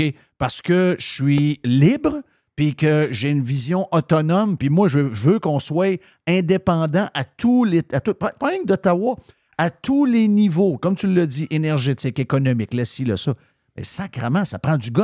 Puis pendant 3 ans, ce qu'on nous a montré, c'est pas un peuple qui a beaucoup de guts. C'est un peuple qui est contrôlé par la TV puis qui a un monsieur qui fait une conférence à tous les jours à 1 heure. Tu sais, oubliez pas une chose. Là, pendant la dernière campagne électorale, notre slogan, c'était « Libre chez nous avec une fleur de lys ». Il y a 20 ans, là, vous auriez vu ça, puis tout le monde aurait associé ça au Parti québécois. Oui. Mais le Parti québécois, c'est plus ça. Ils veulent plus qu'on soit libre chez nous. Non, je sais. Et c'est ça le drame. C'est qu'ils ont un discours supposément indépendantiste qui veut nous enlever de la liberté, alors que historiquement, nos parents, nos grands-parents se battaient pour plus de liberté. Il y a une contradiction. Tu peux pas être un ultra-gauchiste puis un woke puis vouloir que les Québécois soient libres. Ça marche pas. Non, ça marche pas. Ça marche pas. D'accord avec ça, Régent? Mais en même temps, quand dans mon petit déjeuner, Éric, Oui. C'est pas des secrets que je dévoile. Tu sais, à un moment donné, M. Plamondon. Plamondon, il a dit une affaire, c'est lui qui a posé la question. Il dit, ce que j'essaie de comprendre, puis ce qu'il faut que j'arrive à comprendre, il faut que j'arrive à rencontrer des gens qui l'ont vécu, parce que je pense qu'il est même à peu près de ton âge. Hein? Un peu plus jeune, oui. Un peu plus jeune que toi. Donc, lui, 95, il devait avoir à peu près 17 ans. Et il dit, comment ça se fait que le Québec était dans une ère extraordinaire des années 80? Je ne reviens pas sur... Mais tu sais, mettons, on peut-tu dire qu'il y avait un air d'aller incroyable? 70, 80, jusqu'à la fin de 90. Oui. Puis, mais il dit, malgré ça, on n'a pas été capable de faire le pas final. Là, je sais qu'on peut toujours prendre, moi, le vendredi à Montréal, là, Éric, j'espère que tu n'étais pas dans la parade. Là. Mais non. C'est un vol. Je travaillais pour Lucien Bouchard. Je travaillais pour Lucien Bouchard à cette époque-là, pour ton information. Un autre gars de ta région que tu connais bien, là. Il y a des relents de Lucien dans toi. mais tu sais, il dit, si on n'a pas été capable là, alors que tout roulait, il dit, c'est quoi que... Là, ben, tu sais, il y a ça, il y a 44 ans, je pense 43. Tu sais, il y a plein d'hommes d'affaires qui ont été là, qui ont vécu ça, des gens d'affaires que toi, tu côtoies facilement, Éric. Mais ces questions sont légitimes. Tu sais, je veux dire, alors que là, tu te retrouves... Mais honnêtement, là, moi, là, les 3 ans de la pandémie, je m'en fous. Je les ai eu, les vaccins, puis j'ai eu 2 COVID, puis il y a un vaccin, je suis sûr, qui m'a rendu tout croche. Mais c'est pas ça qui est grave. Ce qui est grave, c'est qu'on s'est fait envoyer un alerte Amber un 31 décembre pour dire « Rentrez à la maison, restez chez vous, vous n'avez pas le droit de sortir. » Ah, puis on l'a accepté. Et il y en a qui étaient contents. Oui. Puis il espère encore qu'il va en avoir d'autres. Oui, les gens parlent déjà du mois d'octobre. Ils ont hâte au mois d'octobre. Ils ont hâte à la nouvelle dose, puis aux nouvelles obligations des masques. Puis... Mais tu sais, mais la vraie question, là, c'est pas de dire oui puis non. C'est pas ça. C'est, si on va le dire de gentil, mais si on se trouve pas une colonne vertébrale quelque part... Non, on va crever. On va crever. C'est ça. Mais c'est pas d'autre chose que ça. C'est ça, moi, qui me fait mal. Peu importe qu'on parle de qui. Moi, c'est souvent comme qu'est-ce qu'on est devenu. Pas juste ce qu'on voit à TV puis ce qui nous montre au Parlement. C'est nous autres. Là. C'est-à-dire, t'as raison. Il y a des gens qui ont hâte de mettre des masques. Là. Ils attendent. Là, c'est quand est-ce qu'on met un masque? Ils en parlent. Ils commencent à en parler. Moi, je l'ai dit. C'est milieu septembre. C'est pas mal là qu'ils vont. Mais ils parlent du nouveau variant qui s'en vient puis d'un nouveau vaccin qui combattrait Déjà là, le nouveau variant. Oui. Mais là, il y a un nouveau vaccin qui va arriver. C'est commencé, là. LCN, TVA, c'est comme... Même Radio-Canada. J'ai revu des visages que j'avais pas vus depuis 18 mois. Mais ils sont contents, là. Ils viennent nous le dire, là. Oui. C'est pas une grippe. Ouais. C'est la COVID. C'est pas une grippe. Tu sais, On l'a pas reconnu. le air roulé du plateau, là. Ben, c'est pas une grippe, là. C'est la queue. Hey, merci, Reg. Et merci à Éric Duhem. On va en parler, Éric, pas mal de Jean Talon des prochaines semaines, c'est sûr. Donc, on attend stand-by. Savoir si ça va être déclenché là. On va être un peu de couleur. Ça risque, il y a un peu de bordel. En tout cas, ils ont commencé, ça a commencé raide. J'aimerais ça, Jeff, que tu reçoives notre candidat parce que tu vas être, On va je pense le faire. que tu vas être impressionné. On va C'est le un faire. jeune de 24 ans, mais il est vraiment articulé puis je suis vraiment fier du candidat qu'on a dans Jean Talon. On va le faire, c'est sûr. Every hour. Juste du bon stock. Radio. Évasion. Révolution. Domination. Radio Pirate. Spread the word. Très bon bout avec Éric Duhem. On a même tout chambardé notre show d'aujourd'hui parce que je trouvais que c'était important d'entendre Éric et Régent ensemble. Régent est avec nous autres. Écoute, tu me disais entre les deux, tu disais, peut-être qu'un jour, même Éric va être sur la même tribune que le gars du PQ. Donc, who knows? On sait pas. Hein? Ah oui, mais Mario Dumont était avec eux autres. Exact. Au référendum.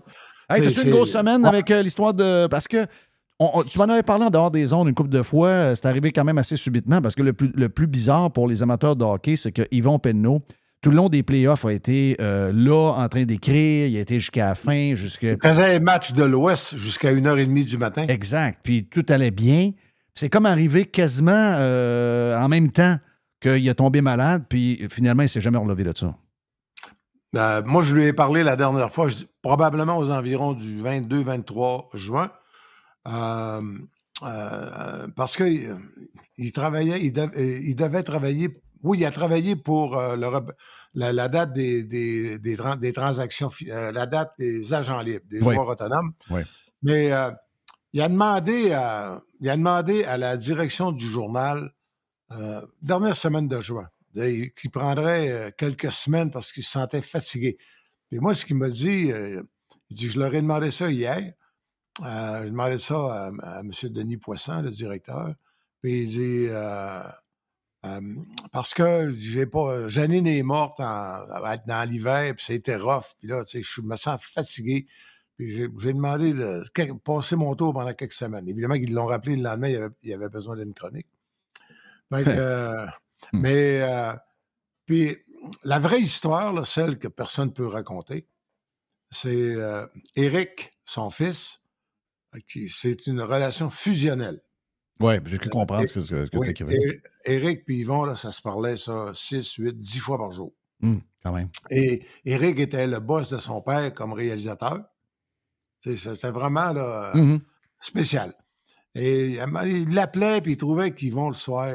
Des fois, il disait des drôles d'affaires, puis Éric, tu sais, ça le surprenait. Fait qu'à un moment donné, en juillet, il est allé avec sa blonde Sylvie. Ils sont allés faire un tour chez Yvon. Ils l'ont trouvé correct, mais il y avait comme des absences.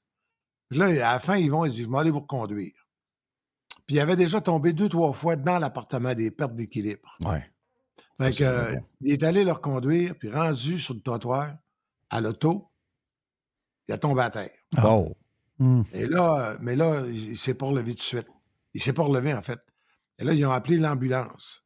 L'ambulance est venue, puis dès le lendemain, ils ont passé différents tests, puis il y a 2 masses cancéreuses sur le foie. Mais ça semblait pas être métastasé ailleurs. Je comprends. Fait que, tu sais, là, au début, ils étaient hyper inquiets. Les oncologues ont fait tous les examens possibles et imaginables. Puis, moi, je pense que je te l'ai conté lorsqu'on est allé manger. À un moment donné, j'ai eu un pocket call, Yvon Pedneau. Oui. Fait que j'étais à l'entourage. Je l'ai rappelé. Et là, c'était vraiment délirant. Là, j'ai dit, Yvon, c'est Régent, tu m'as appelé.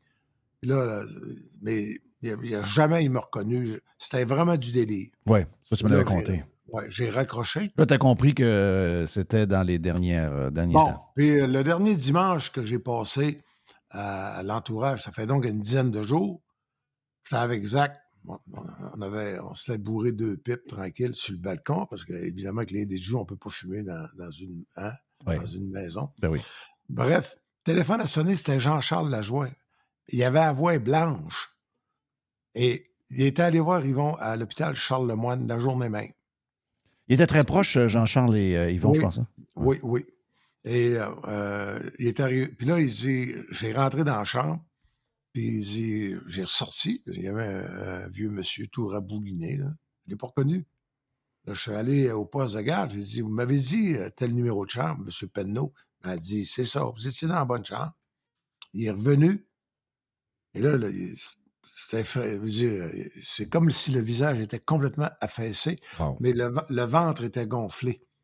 Et les 3 quarts d'heure, ils vont délirer. À un moment donné, l'infirmière est venue pour qu'il puisse aller aux toilettes parce que il métabolisait plus le sel. Et donc, il retenait l'eau. Il avait le ventre gonflé comme un baril. Attention d'eau au max. Ouais. Et donc, c'est là que... là, il a reconnu Jean-Charles. Hein? Il dit Jean-Charles, c'est la seule affaire. Après ça, il s'est recouché, puis il est reparti dans le délire. Et Jean-Charles est parti. Il est en train de s'empoisonner, c'est ça. C'est comme il est comme en haut, s'empoisonne. C'est ça. Et c'était... et vendredi, Éric m'a appelé en disant, Régent, je pense qu'il va falloir que tu te prépares pour ton vieux chum. Une couple de semaines encore, mais ça annonce pas bien. Et il est mort dans la nuit. Il est mort dans la nuit. Dans la nuit, en tout cas. On me dit que c'est Max Truman qui nous a dit ça hier. Max nous disait que, il dit comme Régent, il dit cette gang de vieux là, des stars des médias. Il dit c'est drôle, hein, parce qu'il dit, il m'avait rencontré une couple de fois, entre autres, un tournoi de golf. Il dit, il voulait savoir comment dans les coulisses ça marchait, puis il racontait des histoires, puis il s'intéressait, puis il dit, tu voyais que c'était pas de la bullshit. On avait à peu près 15, 20, 25 minutes, puis là, il racontait, il était vraiment généreux.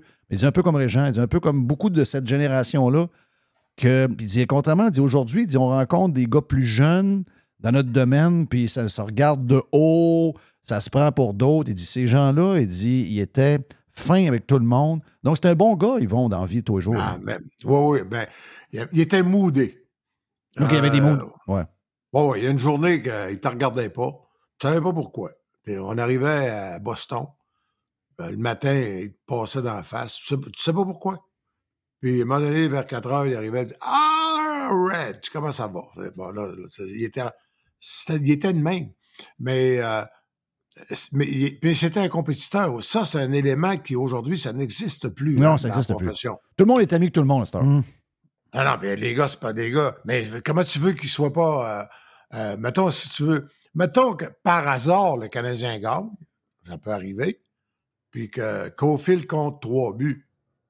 C'est pas compliqué, là. Chantal Maccabé va amener Caulfield, il va avoir 15 caméras, il va avoir une dizaine de micros, puis 4 téléphones cellulaires, des gars du papier, puis ils vont ramasser ces mêmes quotes pour tout le monde, puis tu vas écouter ça à la radio un quart d'heure après, ça va être à la TV une demi-heure après, puis tu vas relire ça mâché dans le journal le lendemain. That's it.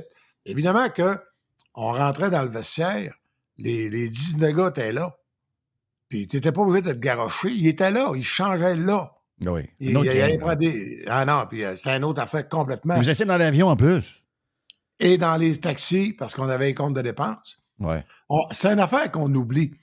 Un bon gars Un gars à l'époque, moi à la presse, à l'époque, là, je devais gagner 60 000, mais le joueur gagnait 90. Oui, c'est à la même place. Oui. Fait que le compte de dépenses de la presse pour le taxi, là. Ouais, les gars, hey, ils en Régent, m'embarquer profitaient. avec toi parce que je vais pas payer Ben le taxi. oui. Ben oui. Ben oui, tu sais, on partait pour aller manger quelque part, 2 Hey, taxis. Bowman, dans le taxi, Bowman me tombe ses nerfs, m'a demandé toi, t'as de l'info là. Ben, on avait tout. Mais là, tu sais, ce n'est pas trahir des secrets de dire qu'il y a des soirs que Flower, il en pétait 60, là, mais il y a des soirs qu'il avait la langue verte parce qu'il aimait ça, la crème d'amande verte. Fait que, la quatrième crème d'amande verte, quand il revenait dans le taxi, on disait Flower, tu sens la menthe, tu sens le frais. Ouais, tu sens le cresse, on dirait que tu t'es brossé les dents toute la soirée. Hey, le lendemain, il arrivait, puis après 2 périodes, il y en avait déjà 3. Quand même. Il était proche de. J'ai vu que Cournoyer était proche de lui, de Yvon. Serge Savard. Moi, je dirais que dans les. Je m'ai nommé ceux que. Les plus proches de Yvon. Dans cette génération-là, Serge Savard. Il se parlait moins dans la dernière année, là, mais. Puis encore. Quand Serge était en furie contre Marc Bergevin et Jeff Molson. Fait que Yvon, il parlait, je dirais, aux 2 mois, à chaque mois. Bobby Clark, très proche de Bobby Clark. OK. Avec les Flyers de Philadelphie. Dis-toi que la grosse source d'information aux États-Unis, au niveau des joueurs, c'était Bobby Clark. OK. Après ça, Bowman. C'est lui qui écrivait la chronique de Scotty Bowman. Fait que là, il appelait Scotty une fois par semaine. Scotty, il donnait les grandes lignes. Yvon réécrivait ça. Puis c'était signé Scotty Bowman. Ouais. C'est sûr qu'il se parlait à tous les semaines. Fait que c'était... Comment je te dirais ça? Donc? Mais Bowman, curieusement, les 3 Bleuets, on est tous restés proches de Bowman. Oui.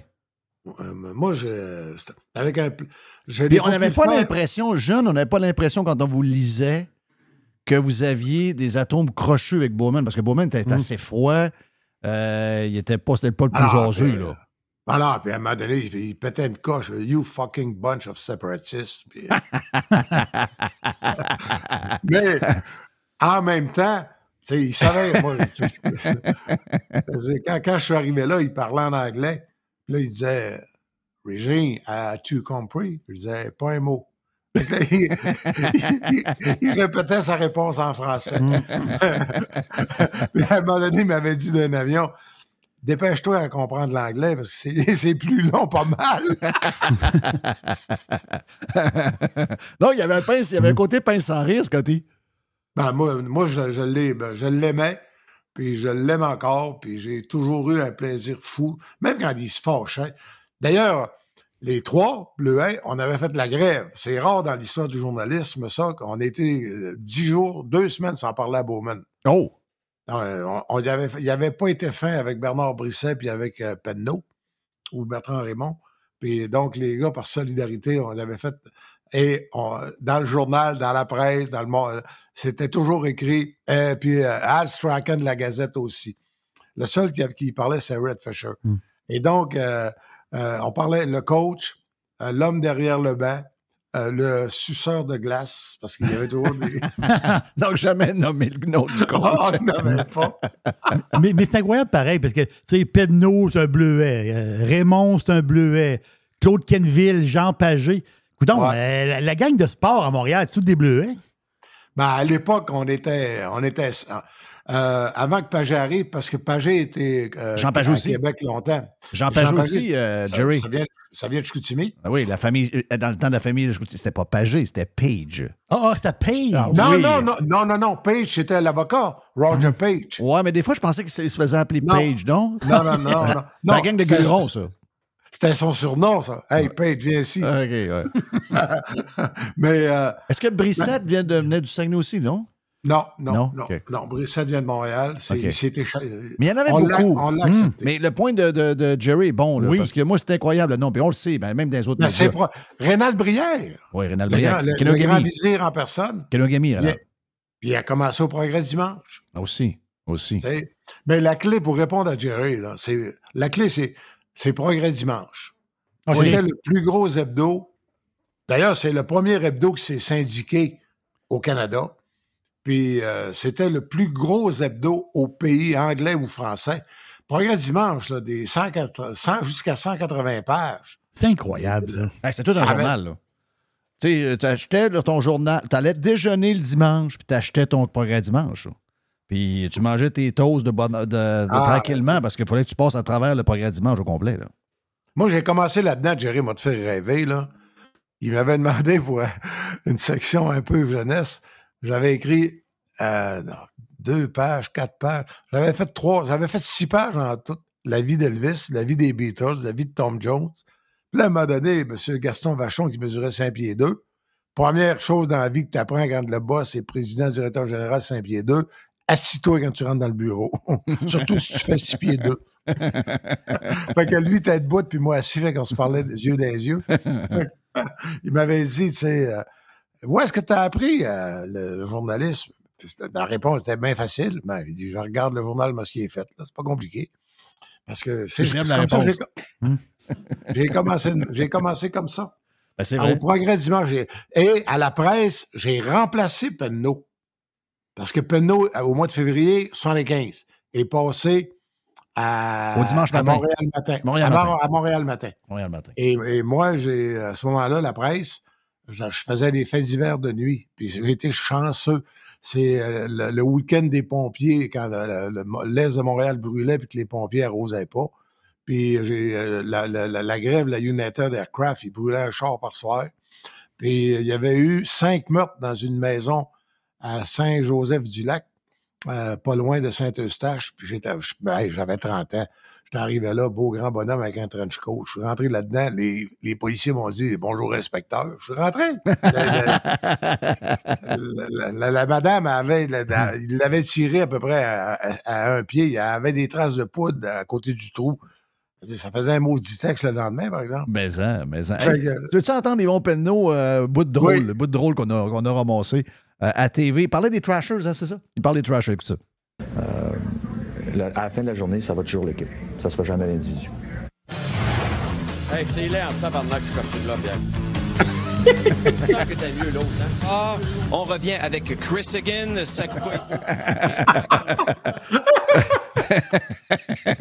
C'était Carbo qui parlait, puis ça, lui, il pensait qu'il était off des... Ben, il était en principe en dehors des ondes. Puis il dit, je suis là, t'en Christ, ce chandail-là.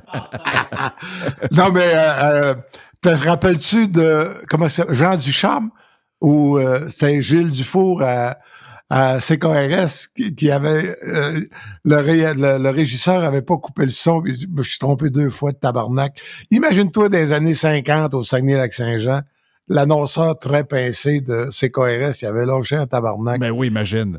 Hey, l'évêché s'était prononcé là-dessus. C'est sûr. C'est sûr que les curés sortaient. Aujourd'hui, c'est rendu que ça sac à tour de bois. Puis l'autre fois, il y avait une émission pour enfants. Je ne me souviens plus le nom de la madame. Puis elle avait demandé, puis toi, tu couches-tu des fois dans le champ quand ton papa n'est pas là? Tu couches-tu des fois dans le lit avec ta maman? Elle dit non, c'est bon, non, Arthur.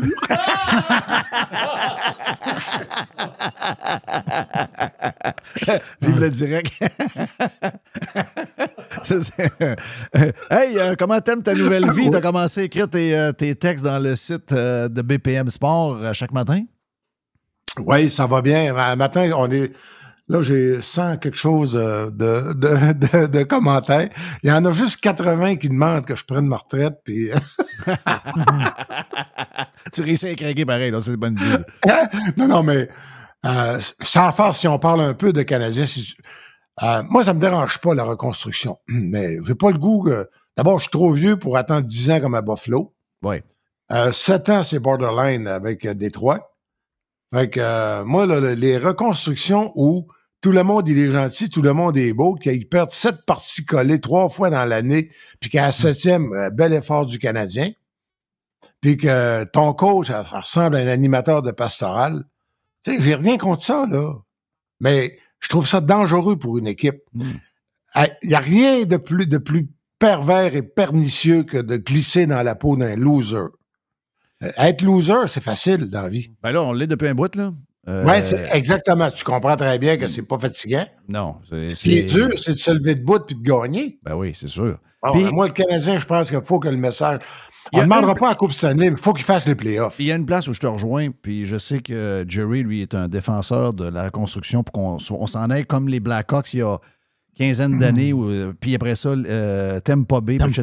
Oui, mais avouons qu'il y a plusieurs clubs dans plusieurs sports professionnels qui ont pris le genre de pattern qu'on a là d'essayer de bâtir une équipe avec un plan qui, quand tu le regardes sur papier, tu dis « Oh, oui, on va bâtir de quoi finalement? » Je pense qu'il y a plus d'insuccès que de succès à bâtir des clubs de cette manière. C'est dangereux en tabarouette parce que tu peux réussir.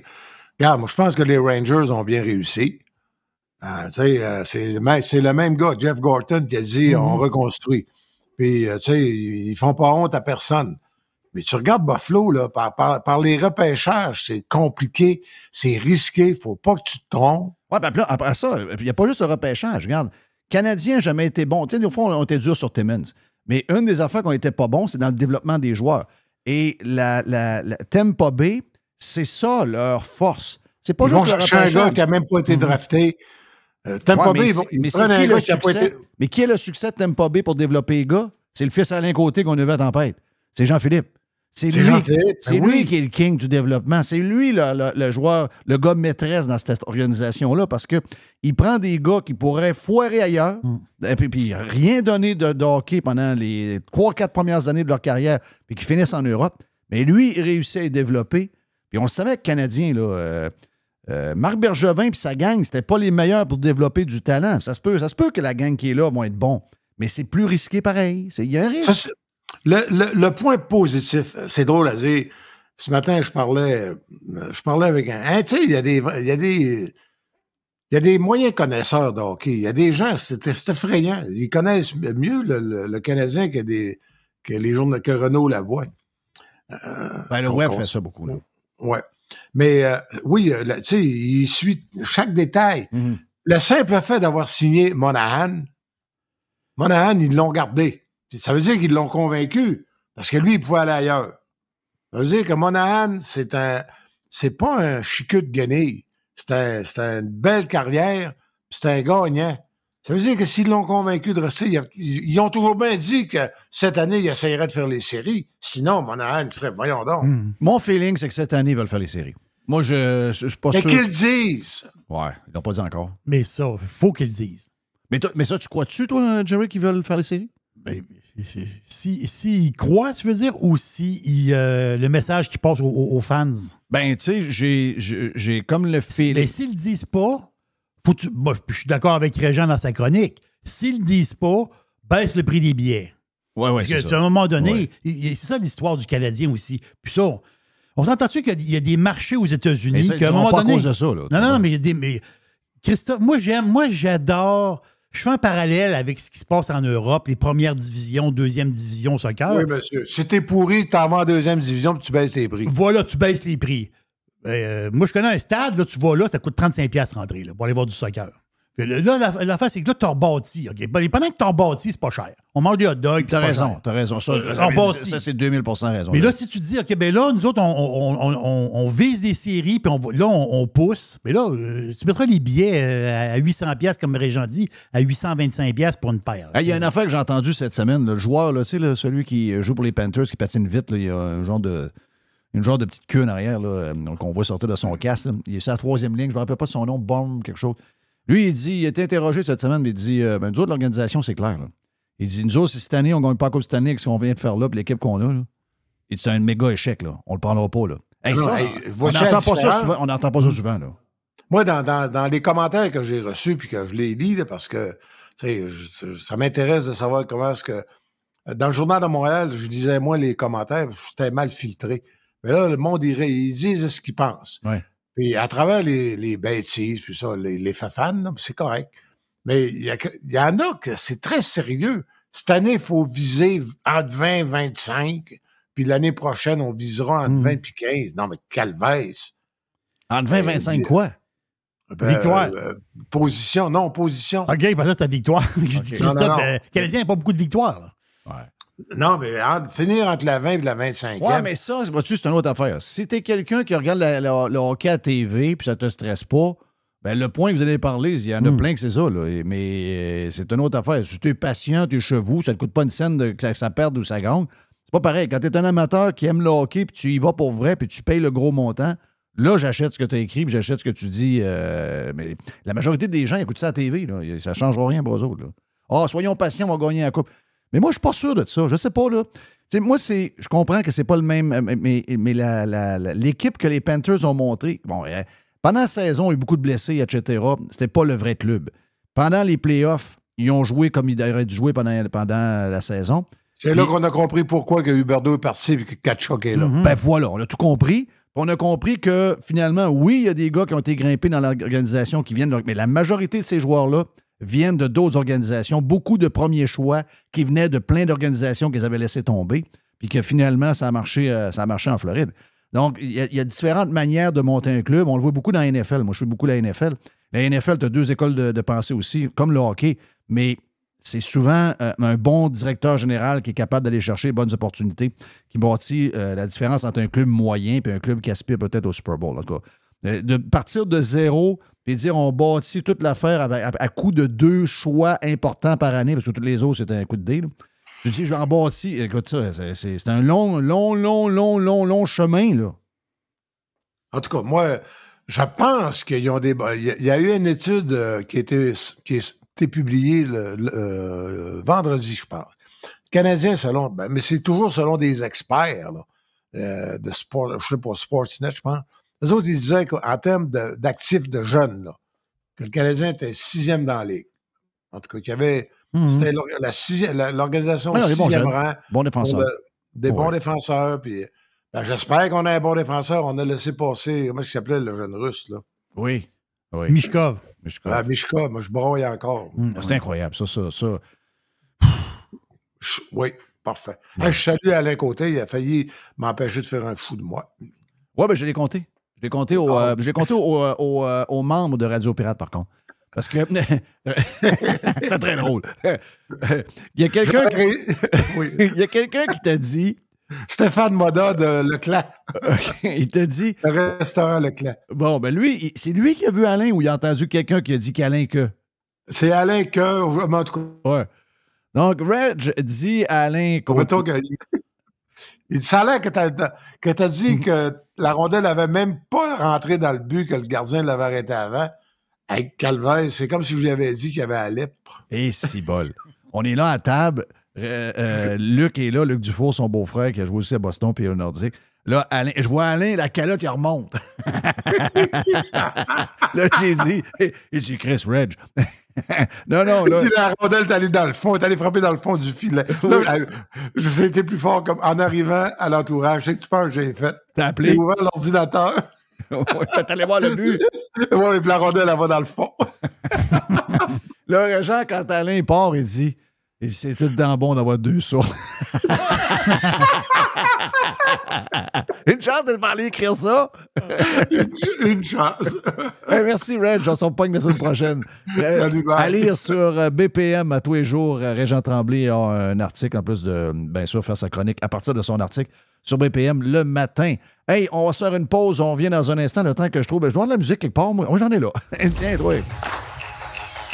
Hey, je pense même qu'on a fini. Oui, on a fini. On a fini le live. On s'en parle demain. Si vous voulez en voir plus, allez sur le Prime, vous inscrire sur radiopirate.com. Bye-bye.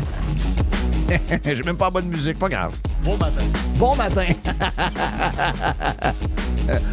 Oh oui, c'est enquête mêlée. Il fait beau. Profitez de la journée. Jeff Fillion.